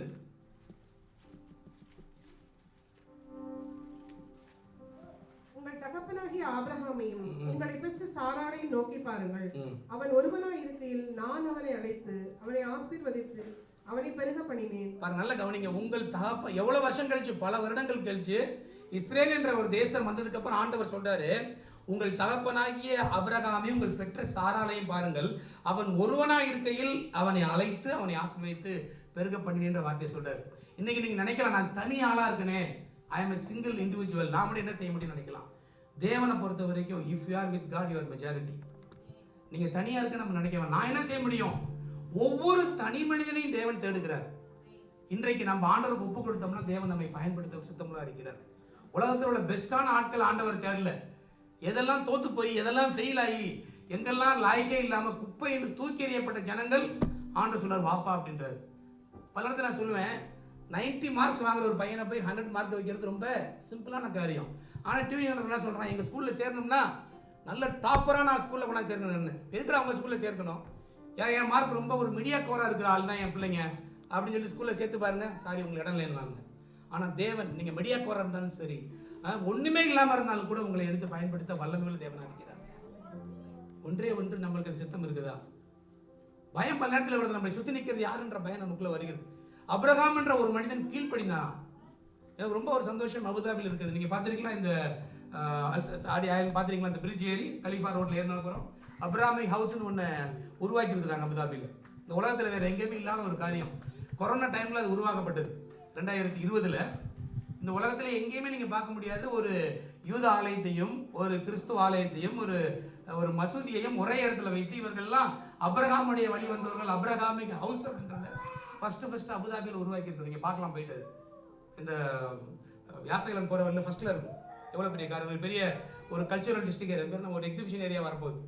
ஒரு தனி மனிதனுடைய கீழ்ப்படிதல் தேவனுடைய அந்த அன்பை புரிந்து கொண்டதுனால அவன் ஆஸ்வதிக்கிறார். ரெண்டாவது பாருங்க, தேவன் அவனை சொன்ன காரியத்தை எப்படி நிறைவேற்றினார் அவன் புரிந்து கொள்ளணும். ஒரு ஆளை தானே தேவன் அழைத்தார், எப்படி இவ்வளவு தூரம் பலிக்கு பெருக செய்தார்ன்ற வார்த்தையை அவர் சொல்றாரு. அவர் சொல்ற விஷயம் பாருங்க, ஆதியாகமம் 15:17 கொஞ்சம் வாசிங்க. நம்மை மீட்கிற ஒரு அன்பை பார்க்கிறோம். அடுத்தது the love that delivers us. அப்பொழுது அவர் ஆபிரகாமை நோக்கி, உன் சந்ததியார் தங்களுடைய அல்லாத அந்நிய தேசத்திலே பரதேசிகளாய் இருந்து அத்தேசத்தாரை சேவிப்பார்கள் என்றும் அவர்களால் 400 வருஷம் உபத்திரப்படுவார்கள் என்றும் நீ நிச்சயமாய் அறிய கடவாய். ஆண்டவர் சொல்றாரு, உன்னை எப்படி பெரிய ஆள் ஆக்குவேன்னா, உன்னை இங்கே விட்டுருந்தேன்னா எல்லாரும் என்ன பண்ணிடுவாங்க, அங்கே ஓடி போயிடுவான்னு சொல்லிட்டு அவர்கள் என்ன பண்ணாரு, எகிப்து தேசத்துக்கு கொண்டு போய் இங்கே வைத்திருந்தார். பல நேரத்தில் நம்ம நினைக்கிறோம் 400 வருஷம் ஏன் ஆண்டவருடைய பிள்ளைகள் அடிமைத்தனத்தில் இருந்தாங்க, எனக்கு ஏன் ஆண்டவரை பிரச்சனை வருதுன்னு நம்ம நினைக்கிறோம் இல்லையா. நான் ஏன் அடிமைத்தனத்தில் இருக்கணும், சிறையிருப்பில் இருக்கணும் அப்படிதான் நம்ம 400 வருஷம் ஆண்டவர் வாக்குத்தத்தத்தை கொடுத்தார். அப்ரஹாமை அழைத்தார், உன் பேரை பெரிய ஜாதி ஆக்குவேனாரு. ஆனால் அதுக்கப்புறம் பெரிய ஜாதி ஆகிட்டாங்களா, இவனே பஞ்சம் பிழைக்க போனாங்க, எகிப்துல தான் சாப்பாடு கிடைக்குதுன்னு சொல்லிட்டு போனாங்க. தேவன் எல்லாவற்றையும் ஒரு நோக்கத்தோடு செய்கிறவருக்கு அவருடைய பிக் பிக்சரை நம்ம புரிஞ்சுக்கொள்ள பெரிய பிக்சரை பார்க்கறதுக்கு முன்னாடி ஒரு சின்ன போர்ஷனை மட்டும் நம்ம பார்க்குறோம். 400 வருஷம் அவர்களை கொண்டு போய் எகிப்தில் வைத்திருந்தார். ஏன் வைத்திருந்தார்? அப்படி இல்லைன்னா ஒருத்தரும் தனித்தனியாக பிரிஞ்சு பாபேலுக்கு போகிற மாதிரி போயிருப்பான் அவன். அவருடைய நோக்கம் அபிரகாமுடைய சந்ததியை ஆசீர்வதித்து அவனை 30 லட்சம் 40 லட்சம் பேர் ஆக்கணும்னா எல்லா பயிர்களையும் கட்டி ஒன்றா வைத்து அவன் அப்படியே மேய்ச்சாதான் கரெக்டாக இருக்க முடியும். இல்லைன்னா என்ன பண்ணுவாங்க, அவன் விஷயத்துக்கு ஓடி போயிடுவான். நம்ம ஊரில் எப்பயும் பாருங்கள், ஒரு கண்ட்ரோல்லாம் அடித்து உதச்சிருந்தா தான் கண்ட்ரோலாக இருக்கும். இங்கே வரைக்கும் நீங்கள் பார்க்கலாம் இல்லையா, ட்ராவல் பண்ணும்போது நீங்கள் பார்க்கலாம். எங்கேயாவது நீங்கள் போவீங்க, கரெக்டாக எல்லாம் உட்காந்துருப்பாங்க. போய் இறங்கினோடனே நம்ம ஊர் கேவலப்படுறதுக்காக சொல்லக்கூடிய உண்மை அதுதான். வெல்கம் டு இந்தியா உடனே அடிட்டு ஆரம்பிச்சிடும் இல்லையா. ஏர்போர்ட்டில் நீங்கள் போய் பார்க்கலாம், அடி தட்டி லைனில் நிற்பான். நான் முதல்ல நீ முன்னாடியே. இங்கே எது கரெக்டாக இருக்கிறான் அதே ஆட்கள் தான். அந்த ஊருடைய சட்டம் இங்கே வேலை செய்யறது. இந்த ஊர் சட்டத்துக்கு இல்லை அப்படின்னா அடுத்த செகண்டேனா தீட்டிடுவாங்க, முடிஞ்சு போயிடுச்சு. அதனால பயப்படுறோம். மனுஷன் தேவனுக்கு தெரியும் நம்மளை விட அவர் ரொம்ப ஸ்மார்ட். நம்ம நினைக்கிறோம் தேவன் ஸ்மார்ட் சொல்லிட்டு. அவர் எவ்வளோ நம்மளை உருவாக்கின தேவன். அவர் புனிதருக்கு புனிதர், உத்தமனுக்கு உத்தமர். நீ ஷ்ரூடா இருந்தேன், நீ வந்து டிபிஎஸ் இருந்தா நான் ஷ்ரூட் இருந்தார். இது ஷ்ரூட் காட். எவ்வளோ பெரிய விஷயம். நான் நல்ல சினிமாவில் பேசுகிற டைலாக் எல்லாம் பைபிள் தான் எடுத்தாங்க. நான் நல்லவனுக்கு நல்லவன், உத்தமனுக்கு உத்தவன், மோசமானவனுக்கு மோசமானவன். வாசிக்க சங்கீதம் 18 இருக்குது. அவர் சொல்றாரு, மாறுபாடுகிறவனுக்கு நான் மாறுபாடு உள்ளவனாய் தோணுவேன். நீ ஒழுங்கா இல்லைன்னு வச்சுக்க, நான் உனக்கு வேலையை கம்பேன்றாரு. பல நேரத்தில் ஆண்டவர் ஏதோ எங்கேயோ இருக்காரு நினைக்காதீங்க. அவர் நம்மோட கூட இருக்கிறார். நம்ம எப்படி டீல் பண்றோமோ அதை போல அவர் டீல் பண்ண முடியும். நான் அதெல்லாம் அனுபவிச்சு பார்த்திருக்கேன் மேலும். அதனால தேவனோட சும்மா சொல்ல, நம்ம கரெக்டா இருந்தா நம்ம அவர்கிட்ட வேலையை காமிச்சு அவரும் காமிப்பார் பயங்கரமா. ஏன்னா அவர் உயிரோடு இருக்க தேவன், செத்து போன ஒரு தேவன் அல்ல. ஆமென்.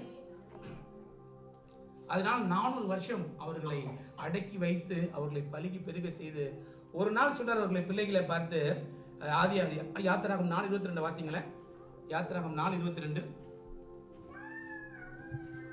யாத்திராகமும் 4:22. அப்பொழுது நீ பார்வோனோடே சொல்ல வேண்டியது என்னவென்றால், இஸ்ரவேல் என்னுடைய குமாரன், என் சேஷ்ட புத்திரன்.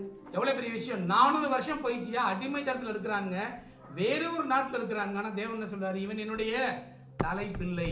சேஷ்ட புத்திரனா புள்ள நம்மளுக்கு. Is my first born. என் தலை பிள்ளைடா, என்னுடைய பிள்ளைன்னு யாரப்ப சொல்றாரு. இஸ்ரேல்ல அடிமைத்தனத்தில் இருக்கிற, வேலை வாங்கப்படுகிற, ஒடுக்கப்படுற ஜனங்களை பார்த்து தேவன் சொல்லுகிறார்.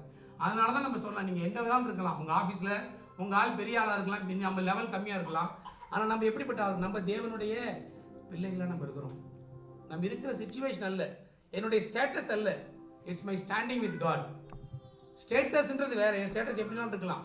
ஆனால் நான் யாரோட நிற்கிறேன், அது ரொம்ப முக்கியம். நீங்கள் யார் கூட போகிறீங்க, நீங்கள் ஒரு இடத்துக்கு போகிறீங்க, திடீர்னு ஷேக் முகமது வந்து உங்களை கூப்பிட்டா உங்கள் லெவல் எப்படி இருக்கும் பார்க்குறவங்கலாம், பெரிய ஆளியா அவர் பேர் சொல்லி அழைக்கிறார் நினைப்போம். அதை விட நம்மை உருவாக்கின தேவன் பெரியவர் இருக்கிறார். அவர் சொல்றார் பார்வனை பார்த்து, இந்த இஸ்ரேல் என்னுடைய சிரேஷ்ட புத்திரன், இவனை அடுத்த வசனத்தை வாசிங்க. எனக்கு ஆராதனை செய்யும்படி என் குமாரனை அனுப்பிவிடு என்று கட்டளையிடுகிறேன்.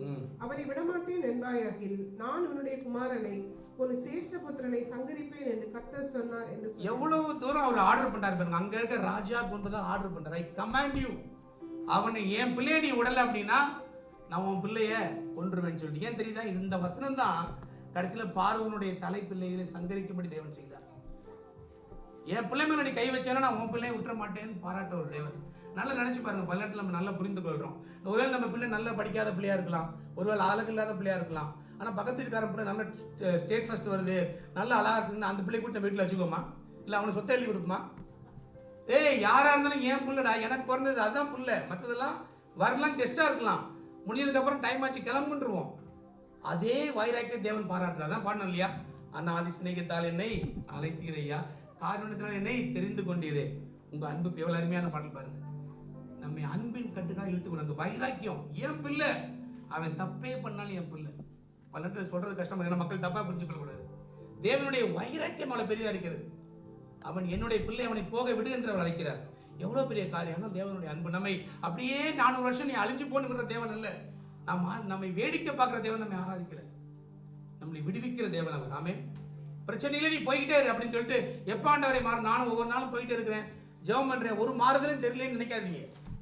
தேவன் அந்த நாளில் நிச்சயமாய் விடுவிப்பார். யோசேப்புக்குன்னு ஒரு டைம் வச்சிருந்தார். அவன் நினைக்கலாம், நல்லா பசுத்தமா இருந்தேன், ஒழுக்கமா இருந்தேன், உண்மையா இருந்தேன், ஆண்டவருக்கு உண்மையா நடந்தேன், எனக்கு என்ன ரிவார்டு கிடைச்சது? ஜெயில் தான் ரிவார்டு கிடைச்சது. அதான் எனக்கு விஷயமா. பல நேரத்தில் நம்ம நினைக்கிறோம், நான் என்ன பிரயோஜனம், ஆண்டவருக்கு உண்மையா டெய்லி ஜெபம் பண்றேன், வேதத்தை வாசிக்கிறேன், எனக்கு ஒரு பிரேக் த்ரூ இல்லைன்னு நீங்க நினைக்காதீங்க. ஒரு நாள் வரும், அவனுக்கு தெரியாது. எந்திரினாங்க, எதுக்கு? ஷேவ் பண்ணு, ட்ரெஸ்ஸை மாத்து, என்ன வாயிட்டு ராஜாவாயிட்ட. அது சொல்ற மாதிரி ராஜாவானது மட்டும் இல்ல, நீ எல்லாரும் சொல்றியோ அதான் தேசத்தினுடைய சட்டம்ன்றான்.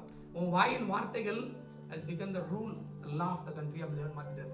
ஜெயிலில் இருந்த ஒரு ஆளு. அதனால தேவன் எல்லா நேரத்திலும் விடுவிக்கக்கூடிய ஒரு தேவனா இருக்கிறார். அவ்வளவு பெரிய அன்பு இருந்தாலும் கூட பின்னாடி இருந்த 4 காலங்களில் நீங்க பார்க்கும் பொழுது இஸ்ரேல் எப்படிப்பட்ட தேசமா இருந்தது. அவரை பேரை கூட்டிக் கொண்டு வந்தார்.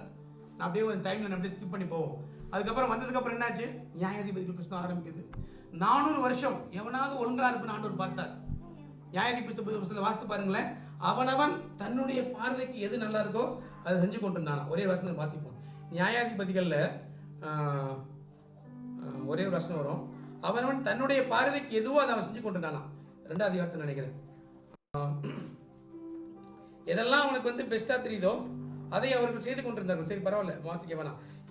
அந்த நேரத்தில் அவனுடைய பார்வைக்கு, தேவனுடைய பார்வைக்கு அல்ல, அவனுடைய பார்வைக்கு எது பெஸ்டா இருக்குதோ அதை அவர்கள் செய்து கொண்டிருந்தார்கள். அதனால ஆண்டவர் அவர்களை ஒப்பு கொடுத்தார். அப்படியே போய் கொண்டிருந்தது. அப்படியே தேவனுடைய வார்த்தை கேட்டு நடக்கிறோம் இல்ல, எனக்கு என்ன பெஸ்ட், நான் என்ன செய்வேன் இருக்கா. நியாயாதிபதிகள்ல 1-2 அதிகாரத்துல வருது. ஓகே, பரவாயில்ல. அவன் பார்வைக்கு அவன் எனக்கு என்ன தோணுதோ அதை அவன் செய்தான். தேவனுடைய அன்பை மறுதளிச்சுட்டு அப்படிதான் போச்சு. 400 வருஷம் அந்த காலங்கள் முடிந்தது. அதுக்கப்புறம் ராஜாக்களாத ஒரு காலத்தை ஆரம்பிச்சாரு. அப்பயாவது அவனாவது திரும்பி நடப்பான்னு எதிர்பார்த்தார். ராஜாவோ முதல் சவுல் ராஜா கீழே விழுந்து போயிட்டான். சரி, தாவீது கொஞ்ச நாளைக்கு வந்தான். தாவீதுடைய காரியங்களும் அப்படியே தான் போயிடுச்சு. கடைசியில் என்ன அவர் சொல்றாரு பாருங்க, எல்லாருமே போனதுக்கு அப்புறம் எல்லாரும் தேவன் விட்டு தூரமா போனாங்க. இன்னும் நீங்க பார்த்தீங்கன்னா, நேற்று ஒரு காரியத்துக்கு கொஞ்சம் யோசித்தேன். நாளாகமத்தை நீங்க வாசிக்கும் போது பல நேரத்தில் எப்படி நல்லா இன்ட்ரெஸ்டிங்கா இருக்காது, ரொம்ப போர் அடிக்கிறாப்புல இருக்கும். ஆனால் நாளாகமத்தில் எவ்வளோ காரியங்கள் இருக்குன்னு பார்த்தா நீங்க ஆச்சரியப்படுவீங்க. நமக்கு அதை சொல்றது நேரம் இல்லை. ஒரு ராஜா இருக்கிறான், அமசியான்ற ஒரு ராஜா இருக்கிறான். அவனுடைய வேலை என்ன அப்படின்னா, அவன் திடீர்னு என்னுடைய எதிரியை அடிக்க போகணும்னு சொல்லிட்டு ஒரு ஆள்கிட்ட ஆளுகளை கூப்பிட்டு இஸ்ரேலோட பணத்தை கொடுத்து வாங்கிட்டான். அவங்களை சேர்த்து கொண்டு யுத்தத்துக்கு போகும்போது ஒரு ஆள் தீர்க்கதரிசி சொல்றாரு, நீ கொடுத்த பணத்தெல்லாம் திருப்பி கொடுத்துருப்பான்ட்டு. நான் ரொம்ப இன்வெஸ்ட் பண்ணிட்டேன், இது என்ன லாஸ் ஆயிருமேன்றார்.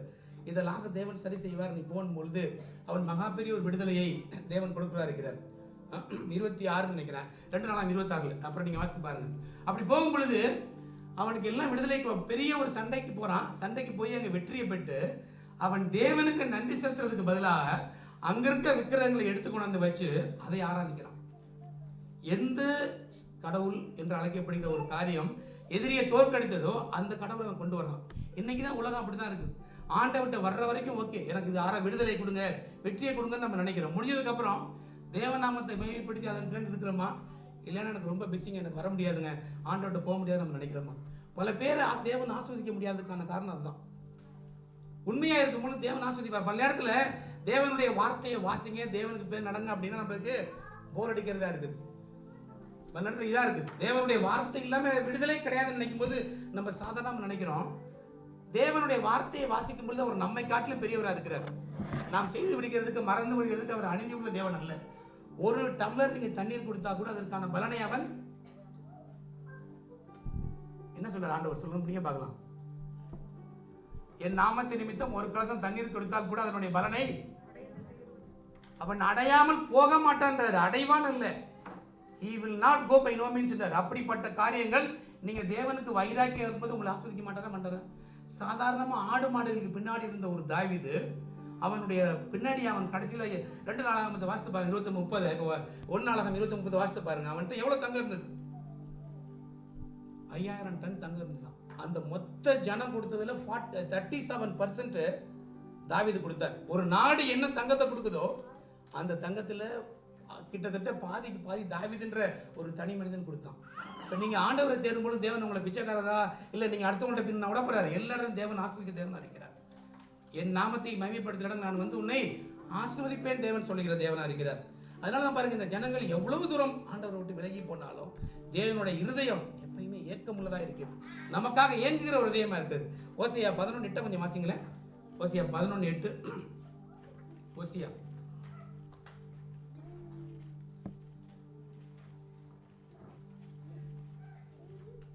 ஓசியா 11:8.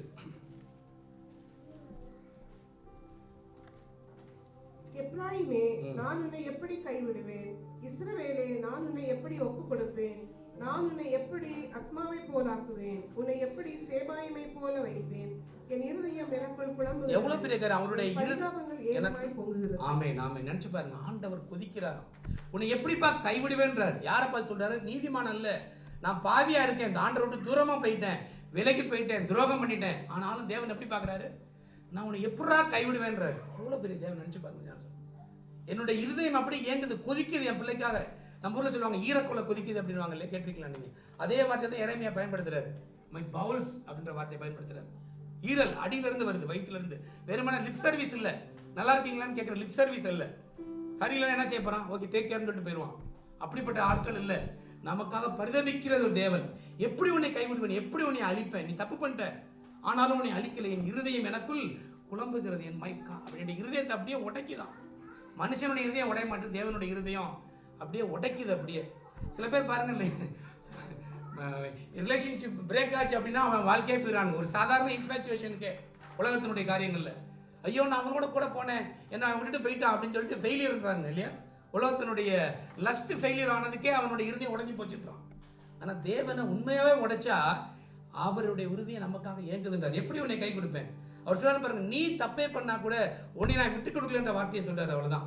ஏசியா 43 பாருங்க, 43:3 சில வசனங்களை வாசிங்க. அப்பதான் நாம் எப்படிப்பட்டவர்கள் புரிந்து கொள்ள முடியும். ஏசியா 43:3 கொஞ்சம் வாசிங்க. 3:4 நான் இஸ்ரவேலின் பரிசுத்தரும் உன் இரட்சகருமாய் இருக்கிற உன் தேவனாகிய கர்த்தர் உன்னை மீட்கும் பொருளாக எகிப்தையும் உனக்கு ஈடாக எத்தியோப்பியாவையும் சேபாவையும் கொடுத்தேன். உன்னை நான் விட்டு கொடுக்க மாட்டேன்றார். உன் இடத்துல வேற ஒருத்தனை கொடுத்தாலும் சரி, நான் உன்னை விட்டு கொடுக்க மாட்டேன்றார். இந்த வரைக்கும் ஒரு ஆள்கிட்ட போய் கேட்டாங்களா, இந்த வேதம் உண்மை என்பதை எப்படி நீங்க நம்புறீங்கன்னு சொல்லிட்டு. அவர் சொன்ன வார்த்தை என்ன தெரியுமா? 2000 வருடங்கள் ஆகி கூட அழிக்கப்பட்ட ஒரு நாடு. இயேசு கிறிஸ்து சொன்னாங்க, இந்த பழியை மேல போடுங்க அப்படின்றதுனால, இந்த இரத்த பழி எங்கள் மேல் விருட்டுன்னு சிலுவையில் என்பது சொன்னாங்க. அந்த பழி அவர் மேல் விழுந்ததுனால இஸ்ரேல் என்ற தேசத்தை சிதறடித்தார். 2000 வருடங்கள் சிதறடிச்சு போய் எல்லாமே அழிந்து போய் அந்த எபிரேய மொழியை அழிந்து போனா கூட இன்றைக்கும் அந்த தேசம் இருக்குதுன்றது காரணம். உன்னை எப்படா கைவிடுவேன்? மற்றவனை வேணா கொடுப்பேனே தவிர உன்னை விட்டு கொடுக்க மாட்டேன்ற வார்த்தை ஆண்டு சொல்ற. எவ்வளவு பெரிய காரியம். உனக்கு பதிலாக ரான்சமை வேற ஆளை கொடுப்பேனே தவிர உன்னை விட்டு கொடுக்க மாட்டேன்றார். அதான் தேவன் உங்கள் மேல என்ன வைத்திருக்க வைராக்கியமா இருக்குது. உங்கள் மேல வைராக்கியம் வைத்திருக்கிறார். ஒருபோது நம்மை விட்டு விடுகிற தேவன் அல்ல அவர். என் பார்வைக்கு அருமையானபடினால் நீ கனம் பற்றாய், உனக்கு பதிலாக மனுஷர்களையும் ஜனங்களையும் ஈடாய் கொடுப்பேன், மற்றவரை வேணா கொடுப்பேனே தவிர உன்னை நான் விட்டு கொடுக்க மாட்டேன்றார். எவ்வளவு பெரிய தேவன், எவ்வளவு பெரிய அன்பு. இன்னும் நிறைய வசனங்கள் வாசிக்கலாம், நம்ம நேரம் இல்லை. எரேமியா 31:20 பாருங்க. எப்ராயிம்ன்றவன் கேடு கட்டு ஓடி போனவன். எரேமியா 31:20 அதை வாசித்து பாருங்க. எரேமியா 31:20 தேவனுடைய அன்பு எவ்வளவு பெருசு நம்ம புரியுதுன்றது.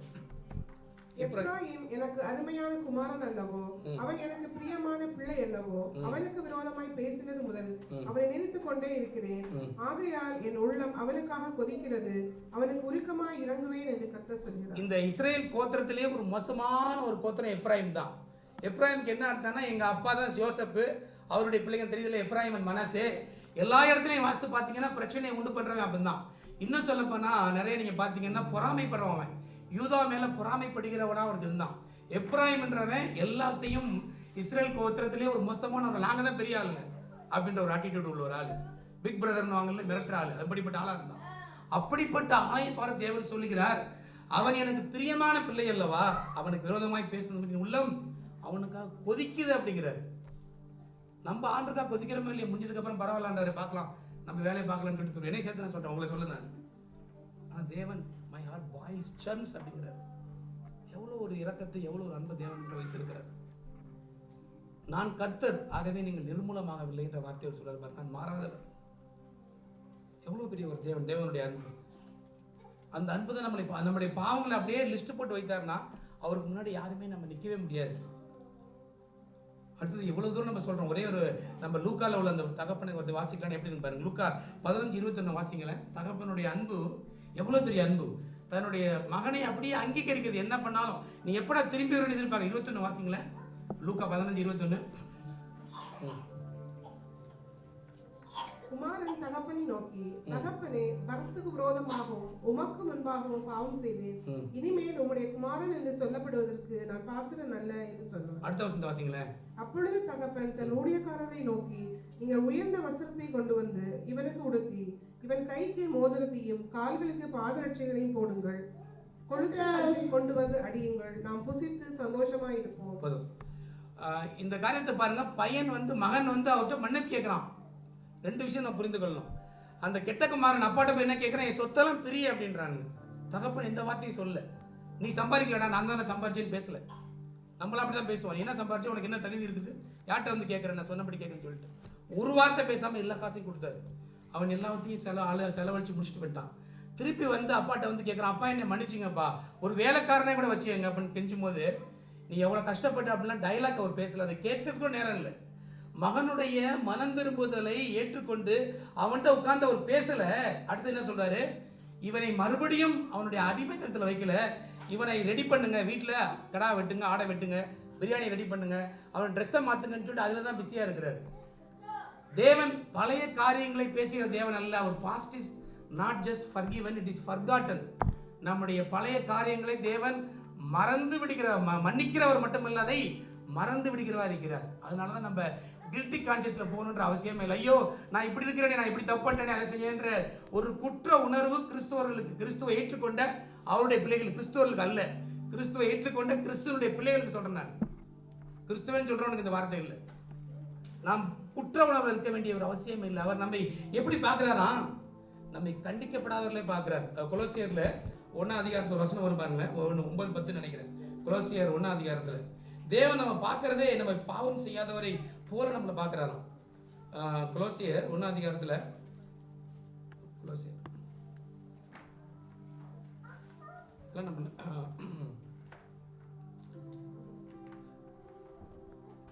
21 வசனம் வாசிங்க. 21 வசனம், கொலோசியர் 1:21. முன்னே அந்நியராயும் துர்க்கிரியைகளினால் மனதிலே சத்துருக்களாயும் இருந்த உங்களையும் பரிசுத்தராகவும் குற்றமற்றவர்களாகவும் கண்டிக்கப்படாதவர்களாகவும் தமக்கு முன் நிறுத்தும்படியாக அவருடைய மாம்ச சரீரத்தில் அடைந்த மரணத்தினாலே இப்பொழுது ஒப்புரவாக்கினார். பரிசுத்தரா நம்மளை மாத்திட்டாராம். யார் பரிசுத்தன்? திரும்பி வந்த அவனை போய் பரிசுத்தன் சொன்னா ஒத்துக்குவானா? அந்த கெட்ட குமாரன் ஒத்துக்குவானா? சரி, வீட்டில் இருக்கிற அண்ணன் ஒத்துக்கள். நல்லா கவனிங்க, இதை தான் நம்ம புரிந்து கொள்ளணும். காணாமற் போனவன் திரும்பி வந்தான், ஆனா வீட்டில் இருந்தவன் காணாம போயிட்டான். மூத்த குமாரன் காணாம போயிட்டான். அவன் வீட்டுக்குள்ள போக மாட்டேன்னா, அதை நம்ம வாசிக்க டைம் இல்லை நம்மளுக்கு. ஒரு பாவி மனம் திரும்பி வந்தால் அவனை மற்ற பரிசுத்தவான்கள் சபைகளிலே அங்கீகரிப்பதில் ஏற்றுக்கொள்வதில் என்பது வேதனைக்குரிய காரியம். ஏன் அப்படின்னா, அவன்கிட்ட தகப்பனுடைய மனநிலைமை இல்லை. அந்த ஃபாதர்லி ஹார்ட் யாருக்கு இருக்கோ தான் ஏற்றுக்கொள்ள முடியும். மூத்த குமாரன் என்ன செய்யறான்? கோபம் அடைந்து I will not go inside the house அப்படின்றான். ஒரு பக்கம் அப்பா வீட்டுல எப்போதும் சந்தோஷம் பாடலாம், இவனுக்குள்ள கோபம். ஏன் சந்தோஷம்? பாவிக்கு மனம் திரும்பிட்டான்ற ஒரு எண்ணம். ஆனா இங்க இந்த வார்த்தை சொல்ல பாருங்க, முன்னே துர்க்கிரியர்களாயும் அந்நியரமாய் இருந்த தேவன் உங்களையும் என்னையும் பரிசுத்தராய் மாற்றி குற்றமற்றவர்களாய், பிளேம்லெஸ்ஸா, கண்டிக்கப்படாதவர்களாய், as if you have not sinned, உங்களையும் என்னையும் தேவன் பாவமே செய்யாதவர்களை போல பார்க்கிறாராம். நம்ம எனக்கு இந்த ஒரு விஷயமா சாரால் சொன்னது போல இருக்கும், எனக்கு மகிழ்ச்சியா, எனக்கு இன்பமா, எனக்கு ஒரு பிள்ளை பிறக்க போதா, உங்களை கண்டிக்கப்படாதவர்களாய், பிளேம்லெஸ். எவ்வளவு பெரிய வார்த்தை! யாரும் நம்மளுக்கு பார்த்து பேசக்கூடாது. சொல்ற மாதிரி நம்ம சொன்ன மாதிரி என் பிள்ளை யாரும் பேசவே கூடாதுன்னு வைராக்கியமா தேவன் இருக்கிறார். உங்களை குறித்து ஒரு வார்த்தையை பேச மற்றவர்களை தேவன் விட மாட்டாங்க. நான் வேணும் என் பிள்ளை தண்டிக்கலாம், ஆனா மற்றவன் என் பிள்ளையை குறித்து பேசுவதற்கு எந்த பழைய ஏற்பாட்டில் வாசித்து பாருங்க. தேவன் சொல்லுவாரு, எப்ராயிமோ இஸ்ரேலோ அவனை நான் அடிக்கலாம், நீ ஏன் மேல கை வச்சேன்றார். அதான் ஆண்டவருடைய வைராக்கியம், அன்பு. மற்ற சுத்தி இருக்கிற எவனையும் தேவன் விட, அதனால சொல்ற எத்தியோப்பியாவையும் பிலிஸ்தியா மற்ற எல்லாத்தையும் உனக்கு ஈடாய் கொடுத்தேன்றார். நம்மளை யாரும் சாதாரணம் எடுத்துக்கொள்ள முடியாது. ஏன்னா நம்மளை விளைக்கிறேன் கூட தேவன் நம்மை வாங்கி இருக்கிறார். தான் தேவனுடைய அன்பா இருக்குது. அதான் பிதாவுடைய அன்பு. கடைசியில பாருங்க, தன்னுடைய சொந்த குமாரனை அவர் கொடுத்தார். பிலிப்பு கேட்கிறார், எப்ப இதெல்லாம் சொல்றீங்க கரெக்ட், நாங்க பிதாவை தானே பார்க்கணும், இப்ப நான் உங்களை பார்க்கலையே அப்படின்னு கேட்கிறாங்க. பொதுவா கிறிஸ்தவர்களுக்கு என்ன தெரியுமா வரும்? பேருக்கு பழைய ஏற்பாடுடைய தேவன் ரொம்ப கராரான கடவுள், பழி வாங்குவார். ஆனா புதிய ஏற்பாட்டில் இயேசு கிறிஸ்து ரொம்ப நல்லவர், அதனால புதிய ஏற்பாட்டு படிங்க அப்படின்னு சொல்லி சபையில சொல்லுவாங்க. வெறும் அந்த ரெட் கலர் புக் ஒன்று இருக்குல்ல, அதை மட்டும் கொடுப்பாங்க. ஆனா பழைய ஏற்பாடு என்னன்னு தெரியலன்னா உங்களுக்கு புதிய ஏற்பாடு என்ன தெரியும்? New testament is a fulfillment of old testament, அவ்வளவுதான், வேற எதுவும் கிடையாது. அப்ப அவர் கேட்கிறார், பிதாவை எங்களுக்கு காண்பிக்கின்ற வார்த்தை கேட்கும்போது ஆண்டவர் சொல்ற வார்த்தை என்ன? 14:10 வாசிங்களா, யோவான் 14:10.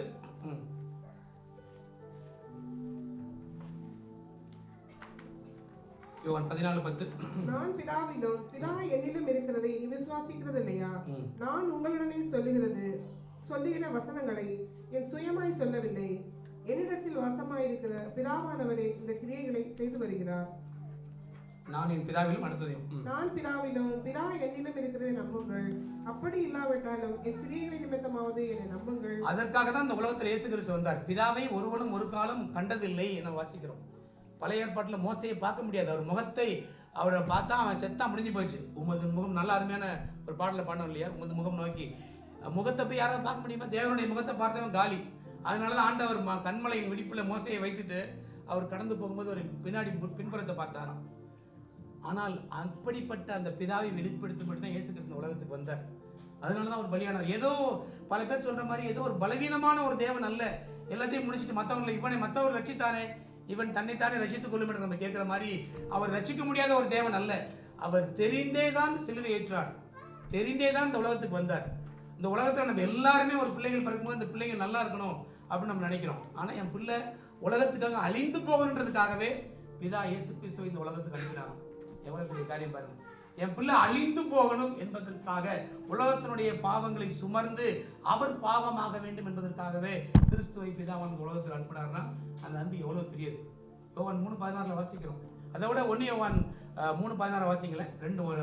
வெறும் சுவிசேஷ யோவான வாசிக்கிறதை விட 1 யோவான் 3:16 வாசிங்க. 1 யோவான் 3:16. அவர் தம்முடைய ஜீவனை நமக்காக கொடுத்ததினாலே அன்பு இனதென்று அறிந்திருக்கிறோம். நாமும் சகோதரருக்காக ஜீவனை கொடுக்க கடனாளிகளாய் இருக்கிறோம். ரெண்டாவது பாட்டை விட்டுருங்க. முதல் பாட்டே நம்மளுக்கு புரியலையே. முதல்ல தேவனுடைய அன்பை தெரிஞ்சாதான் நம்ம சகோதரனுக்கு உயிரை கொடுக்க முடியும். அவர் ஜீவனை கொடுத்ததுனால் ஜீவனையே அவர் நமக்காக கொடுத்தார். எவ்வளவு பெரிய தேவனா இருக்கிறார். அதுதான் தேவனுடைய அன்பா இருக்கிறது. இந்த அன்பு கடைசி வரைக்கும் போகுது. நிறைய நேரம் பேசலாம் அதை பத்தி பேசும்போது. ஆனால் ஆண்டவர் சொல்ற காரியம் எல்லாவற்றிலும் நம்மளை இங்கேயே மட்டும் வரல. ஆண்டவர் சொல்றார், உனக்காக நிறைய வாசஸ்தலங்களை பரலோகத்தை ஏற்படுத்தி வைக்கின்றார். எந்த உறவு ஏதேன் தோட்டத்தில் விடப்பட்டதோ அதை வெளிப்படுத்தல் ஆண்டவர் நிறைவேற்றி முடித்து இணைக்கிற தேவனா இருக்கிறார். அதான் இயேசு கிறிஸ்து செய்தார். வேதாந்தத்தில் நீங்க ஃபுல்லா வாசித்தீங்கன்னா கம்ப்ளீட்டா எல்லா இடத்துலையும் தேவன் மனிதனை தேடி தேடி வர்றாரு. ஆனா மனுஷன் தேவனை விட்டு தூரமா ஓடுறான். பழைய ஏற்பாட்டு முடியும் போது அது எப்படி தான் முடியுது? யாராவது ஆங்கில மொழிபெயர்ப்பு இருந்தால் கொஞ்சம் பாருங்களேன், வாசிங்க. அதாவது இங்கிலீஷ் டிரான்ஸ்லேஷன்ல last word of the old testament, பழைய ஏற்பாட்டினுடைய கடைசி வார்த்தை. பழைய ஏற்பாட்டுடைய கடைசி புத்தகம் என்ன? மல்கியா. அதனுடைய கடைசி வார்த்தை என்ன வருது பாருங்க. தமிழ்ல வாசிங்க, பரவாயில்ல. ஆங்கிலம். பூமியை சங்காரத்தினால் அடிக்காதபடிக்கு அவன் பிதாக்களுடைய இருதயத்தை பிள்ளைகளிடத்திற்கும் பிள்ளைகளுடைய இருதயத்தை பிதாக்களிடத்திற்கும் திருப்புவார். ஆமென். ஆங்கில மொழிபெயர்ப்புல பார்த்தீங்கன்னா கடைசி வார்த்தை கர்ஸ் அப்படின்னு முடியும். லாஸ்ட் வெர்ஸ் ஆஃப் தி மல்கி. ஆனா இயேசு கிறிஸ்து ஆரம்பிக்கும் போது மலை பிரசங்கத்தில் என்ன சொல்லி ஆரம்பித்தார்? பிளஸட் பாருங்க, வித் கர்ஸ் அப்படின்னு சொல்லி முடியுது. கடைசி வரை தான் பழைய ஏற்பாடு ஆரம்பிக்கும் போது எப்படி ஆரம்பிச்சது? ஆதியில தேவன் வானத்தையும் பூமியும் சிருஷ்டித்தார்னு ஆரம்பிச்சு கடைசியில் எப்படி முடியுது பாருங்க, சாபம்னு முடியுது. எவ்வளவு துக்கமா இருக்கும் ஆண்டவருக்கு முடிக்கும் போது. மனுஷனுடைய பாவங்கள், அந்த சாபத்தை தான் ஆண்டவராக இயேசு கிறிஸ்து கல்வாரி சிலுவையில் ஆசீர்வாதம் மாத்தினார். அவர் முதல்ல வாயை திறந்து பேசின வார்த்தை blessed are those, பாக்கியவான்கள் ஆரம்பித்தார் இல்லையா? மலை பிரசங்கத்தில் இதை வாசித்து பாருங்க.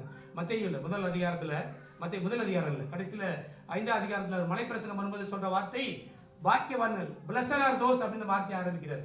அவருடைய முதல் வார்த்தையே ஆசீர்வாதம் என்பதை ஆரம்பிக்கிறது. தேவன் எவ்வளவு பெரிய தேவன். நம்ம எல்லா சாபங்களையும் மாத்தினார். நிறைய வசனங்களை வாசிக்கலாம். ஒரு வசனம் நம்ம சொல்லுவோம், நம்மளுக்கு அபிரகாம் யாருன்னு தெரியுமா? எனக்கு அபிரகாம் தெரியாது. அதே ஐசியா 63:16 அப்படியே வசனம் சொல்லுகிறது. தேவரீர் 63:16 கொஞ்சம் வாசிங்க. 63:16 ஏசியா 63:16. தேவரீர் எங்கள் பிதாவா இருக்கிறீர். ஆபிரகாம் எங்களை அறியான், இஸ்ரவேலுக்கு நாங்கள் அறியப்பட்டவர்களும் அல்ல. கர்த்தாவே, நீர் எங்கள் பிதாவும் எங்கள் மீட்பருமாய் இருக்கிறீர். இது பூர்வ காலம் முதல் உம்முடைய நாமம். இது நமக்குள்ள வசனம் இல்ல, வெரி ஆப்டா நம்ம சூட் ஆகுதுல்ல. எனக்கு இஸ்ரேல் யாரும் தெரியாது. அபிரகாம் யார் உங்களுக்கு தெரியுமா? அபிரகாம் இவங்களெல்லாம் யாருன்னு எனக்கு தெரியாது. ஆனா ஒன்னே எங்களுக்கு தெரியும். என்ன தெரியும்? நீங்க தான் ஆண்டவரே எங்களுடைய பிதா. உங்களுடைய கரத்தின் கிரியில் நாங்கள் இருக்கிறோம். நீர் தான் எங்கள் மீட்பராக இருக்கிறீர். ஏசை அவ்வளவு அருமையா அந்த வார்த்தை எடுத்துக்க பாருங்க. புதிய ஏற்பாட்டில் வர வேண்டிய வார்த்தை இது. உண்மையை சொல்ல போனா புரியுதா? இந்த வார்த்தை புதிய ஏற்பாட்டில் கிறிஸ்துவை ஏற்றுக்கொள்ள வேண்டிய வார்த்தை. எங்களுக்கு அபிரகாம் யாருன்னு தெரியாது. நம்ம இஸ்ரேல்ல போய் நான் தான் யூதனை ஒத்துவான்ல, வெளியே படானுமா முதல்ல யாரும் கேட்பாங்க ஃபர்ஸ்ட். ஆனா அபிரகாம் யாருன்னு எனக்கு தெரியாது, இஸ்ரேல் யாருன்னு தெரியாது. ஆனா ஒன்னே எனக்கு தெரியும், என் இயேசு கிறிஸ்துவை எனக்கு தெரியும். அவர் மூலமாய் நான் பிதாவுடைய பிள்ளையாய் இருக்கிறேன். அவருடைய மீட்பராய் இருக்கிறார். எவ்வளவு பெரிய ஒரு தேவன் பாருங்க. அதனாலதான் ஆண்டவர் சொல்றாரு, ஆவியானவர். ரோமர் 8:15-16 கொஞ்சம் வாசிங்களேன். இங்கே அங்கேயும் மாறி மாறி போனா தான் புரிய வேண்டியது இருக்குது. வேதம் அப்படியே ஒரு ஹிஸ்டாரிக்கல் புக் கிடையாது, டெக்ஸ்ட் புக் கிடையாது. நம்ம தேடி பார்த்தா வாசிக்கணும் அப்படியே. அந்தபடி திரும்பவும் பயப்படுகிறதற்கு நீங்கள் அடிமைத்தனத்தின் ஆவியை பெறாமல் அப்பா பிதாவே என்று கூப்பிட பண்ணுகிற புத்திர சுவிகாரத்தின் ஆவியை நம்ம பயப்பட வேண்டிய அவசியம் இல்லை. எந்த ஒரு சூழ்நிலையிலையும் அப்பா என்று கூப்பிட்டா மகனே மகளே என்று கூப்பிடுகிற ஒரு தேவன் நம்ம கூட இருக்கிறாராமே. ஸ்பிரிட் ஆஃப் பாண்டேஜ் கிடையாது, ஸ்பிரிட் ஆஃப் அடாப்ஷன். அடிமைத்தனம் கிடையாது. எவ்வளவு நாளைக்கு இவ்வளவு வாழ்க்கை ஓட ஆண்டவரே. நீங்க கலங்கி போய் நிற்கும் போதெல்லாம் ஒரு நிமிஷம் எவ்வளவு வேதனை அழுத்தினாலும் கொஞ்ச நேரம் ஆண்டவர்கிட்ட நீங்க போய் பேசி பாருங்க, ஒரு பெரிய விடுதலை கொடுப்பார். எலியா சோர்ந்து போய் படுத்துட்டான். பெரிய ஒரு ஆள் தான், எல்லாத்தையும் விட்டு வெளியே போய் எனக்கு போதும் ஆண்டவர்னு சொல்லிட்டு குப்புற இடத்துக்கு பகந்து படுத்துட்டாரு. ஆண்டவர் அவன்கிட்ட போய் பிரசனம் பண்ணல, நீ எப்படிப்பட்ட ஆளுன்னு சொல்ல. நல்லா கவனித்து பாருங்க, தான் பிதாவுடைய மனசு. நீ இவ்வளவு பெரிய தீர்க்கதரிசி, அவ்வளவு பேரை கொண்டுட்டே நீ போய் சோர்ந்து படிச்சா மக்கள் என்ன ஆகும் அப்படிலாம் டயலாக் பேசல. அவனுக்கு முதல்ல சாப்பிடுன்னு வார்த்தை கொடுத்தாரு, என்ன அப்பதையும் தண்ணீரையும் கொடுத்தாரு. நம்முடைய தேவை என்ன, என்னுடைய தேவைகள் என்பதை தேவன் பிதா உணர்ந்தவராக இருக்கிறார். என்னுடைய தேவைகள் வேற, உங்களுடைய தேவைகள் வேற. பசியா இருக்கிறவன்ட்ட போய் பிரசங்கம் பண்ணி பிரயோஜனம் கிடையாது, சாப்பாடு கொடுத்தாலும் கேட்பான். யாருக்கு என்ன தேவை என்பதை தேவன் அறிந்த தேவனா இருக்கிறார். ஒவ்வொருத்தருடைய தேவைகளும் தனித்தனியா இருக்குது. அது எல்லாவற்றையும் தேவன் ஒருவரும் சந்திக்க முடியும். உங்களுடைய தாயோ தகப்பனோ கணவனோ மனைவியோ பிள்ளைகளோ ஒரு நாளும் உங்களுடைய தேவைகளை சந்திக்கவே முடியாது. தேவன் ஒருவரே. அதனாலதான் நம்மளுடைய தேவனோடு நமக்குள்ள உறவு it's about relationship based, not transaction based. நான் ஏதோ கொடுத்து வாங்குறது அல்ல, கொடுத்து வாங்குற உறவு அல்ல, அவருடைய உறவில் அடிப்படை உறவு இருக்கு. அதனாலதான் ஆவியானவர், அடுத்த வசனம் ரோமர் 8:16 வாசிங்க. நாம் தேவனுடைய பிள்ளைகளாய் இருக்கிறோம் என்று ஆவியானவர் தாமே நம்முடைய ஆவியுடனே கூட சாட்சி கொடுக்கிறார். இதை விட பரிசுத்த ஆவியை பெற்றிருக்கின்றது சாட்சி வேணுமா உங்களுக்கு? பரிசுத்த ஆவியினுடைய அபிஷேகம் எவ்வளவு காரியங்கள் இருந்தாலும் நீங்களும் நானும் தேவனுடைய பிள்ளைகள் என்று யார் சாட்சி கொடுக்கிறாங்க? ஆவியானவர் சாட்சி கொடுக்கிறார். உங்க பேரை சொல்லி சொல்லலாம், நீங்க நான் சந்திரசேகர் தேவனுடைய பிள்ளை என்பதை ஆவியானவர் சாட்சி கொடுக்க தேவனா இருக்கிறார். அப்ப உலகத்துல எவ்வளவு வேல்யூ இருக்கும், நம்ம எப்படி நடக்கிறோம். பல நேரத்தில் நம்ம நினைக்கிறோம், இந்த உலகத்தினுடைய அரசியல்வாதி எப்படி நடக்கிறான், எவ்வளவு வாக்குரைச்சாலும் எவ்வளவு சொன்னாலும் கவலையே கூட மாட்டேன், தைரியமா நிற்கிறாங்க. நேற்று வரைக்கும் பேசுனது என்ன அதெல்லாம் மறந்துட்டேன்றான். அவனே அவ்வளவு தைரியம் போகும்போது நீங்கள் நான் தேவனுடைய பிள்ளைகள் எவ்வளவு தைரியமா நடக்கணும். பூனை குறுகி போக வேண்டிய அவசியம் என்ன? ஆண்டவர் நம்மோடு கொடுக்க, அவர் சாட்சி கொடுக்க தேவனா இருக்கிறார். ஒரே ஒரு வருஷம் பார்த்து நிறைவு செய்வோம். எபேசியர் 3:18-19 வாசிப்போம். எபேசியர் 3:18-19. சகல பரிசுத்தவான்களுடன் கூட கிறிஸ்துவனுடைய அன்பின் அகலமும் நீளமும் ஆழமும் உயரமும் இன்னதென்று உணர்ந்து அறிவிக்கட்டாத அந்த அன்பை அறிந்து கொள்ள வல்லவர்களாயும் தேவனுடைய சகல பரிபூரணத்தினாலும் நிறையப்படவும் அவர் தமது மகிமையுடைய ஐஸ்வர்யத்தின்படியே உங்களுக்கு அனுக்கிரகம் பண்ண வேண்டும் என்று வேண்டிக் கொள்கிறேன். தேவன் புதிய ஏற்பாட்டுல கிட்டத்தட்ட பாதி புஸ்தகங்கள் எழுதின ஒரு பவுல், தேவனுடைய உயிர்த்தெழுந்த வல்லமையை பார்த்த பவுல், தேவனை முகமுகமா ரோட்ல தரிசித்த பவுல். பல நேரத்தில் நம்ம நினைக்கிறோம் இங்க மட்டும் தான் ஆண்டவர் பேசுவார், எங்க வேணாலும் தேவன் பேசுவார். நீங்க காதை திறந்து கொடுத்தீங்கன்னா நீங்க ரோட்ல கூட போகும்போது ஆண்டவர் பேசுவார். ரட்சிப்பு சபைகள் மட்டுமல்ல, நடு ரோட்ல எவ்வளவு நேரத்தில் ஆண்டவர் என்று ஹைவேல போகும்போது கூட பேசியிருக்காரு, 140 போகும்போது கூட பேசியிருக்காரு ஆண்டவர். ஏன் அப்படின்னா பவுலோட தேவன் நடு ரோட்ல பேசினார். அவர் சொல்றாரு, இந்த கிறிஸ்துவனுடைய அன்பின் அகலம் ஆழம் நீளம், the width length breadth depth. யோசித்து பாருங்க, எதை காண்பிக்கிறது? ஒரு 4 டைரக்ஷன்ஸ், அகலம் ஆழம் உயரம், கிறிஸ்துவனுடைய சிலுவையினுடைய அன்பு. அதை புரிந்து கொள்வதற்கு நம்மளால முடியாது, எவ்வளவு தூரம் சொன்னா கூட அதை நம்மளால புரிந்து கொள்ள முடியாது. தேவனுடைய அன்பின் அகலம் ஆழம் நீளம் என்னதென்று புரிந்து கொள்ள. அதனாலதான் நீ தனியா உட்காரக்கூடாது, சபையோடு சேர்ந்து சகல பரிசுத்தவான்களோடு சேர்ந்து நீ தேவனை ஆராதிக்கும் பொழுது தேவன் அதை ஒரு கூட்டமாய் அதை உங்களுக்கு வெளிப்படுத்துவார்னு சொல்லிட்டு என்ன சொல்ற, கடைசியில அனுக்கிரகம் பண்ண வேண்டும் என்று வேண்டிக் கொள்கிறேன் என்ற வார்த்தையை சொல்லி அவர் முடிக்கிறார். என்னதான் பிரசங்கம் பண்ணாலும், என்னதான் நம்ம யோசித்தாலும் கூட தேவனுடைய அன்பை எந்த மனுஷனாலும் we cannot comprehend, we cannot grasp.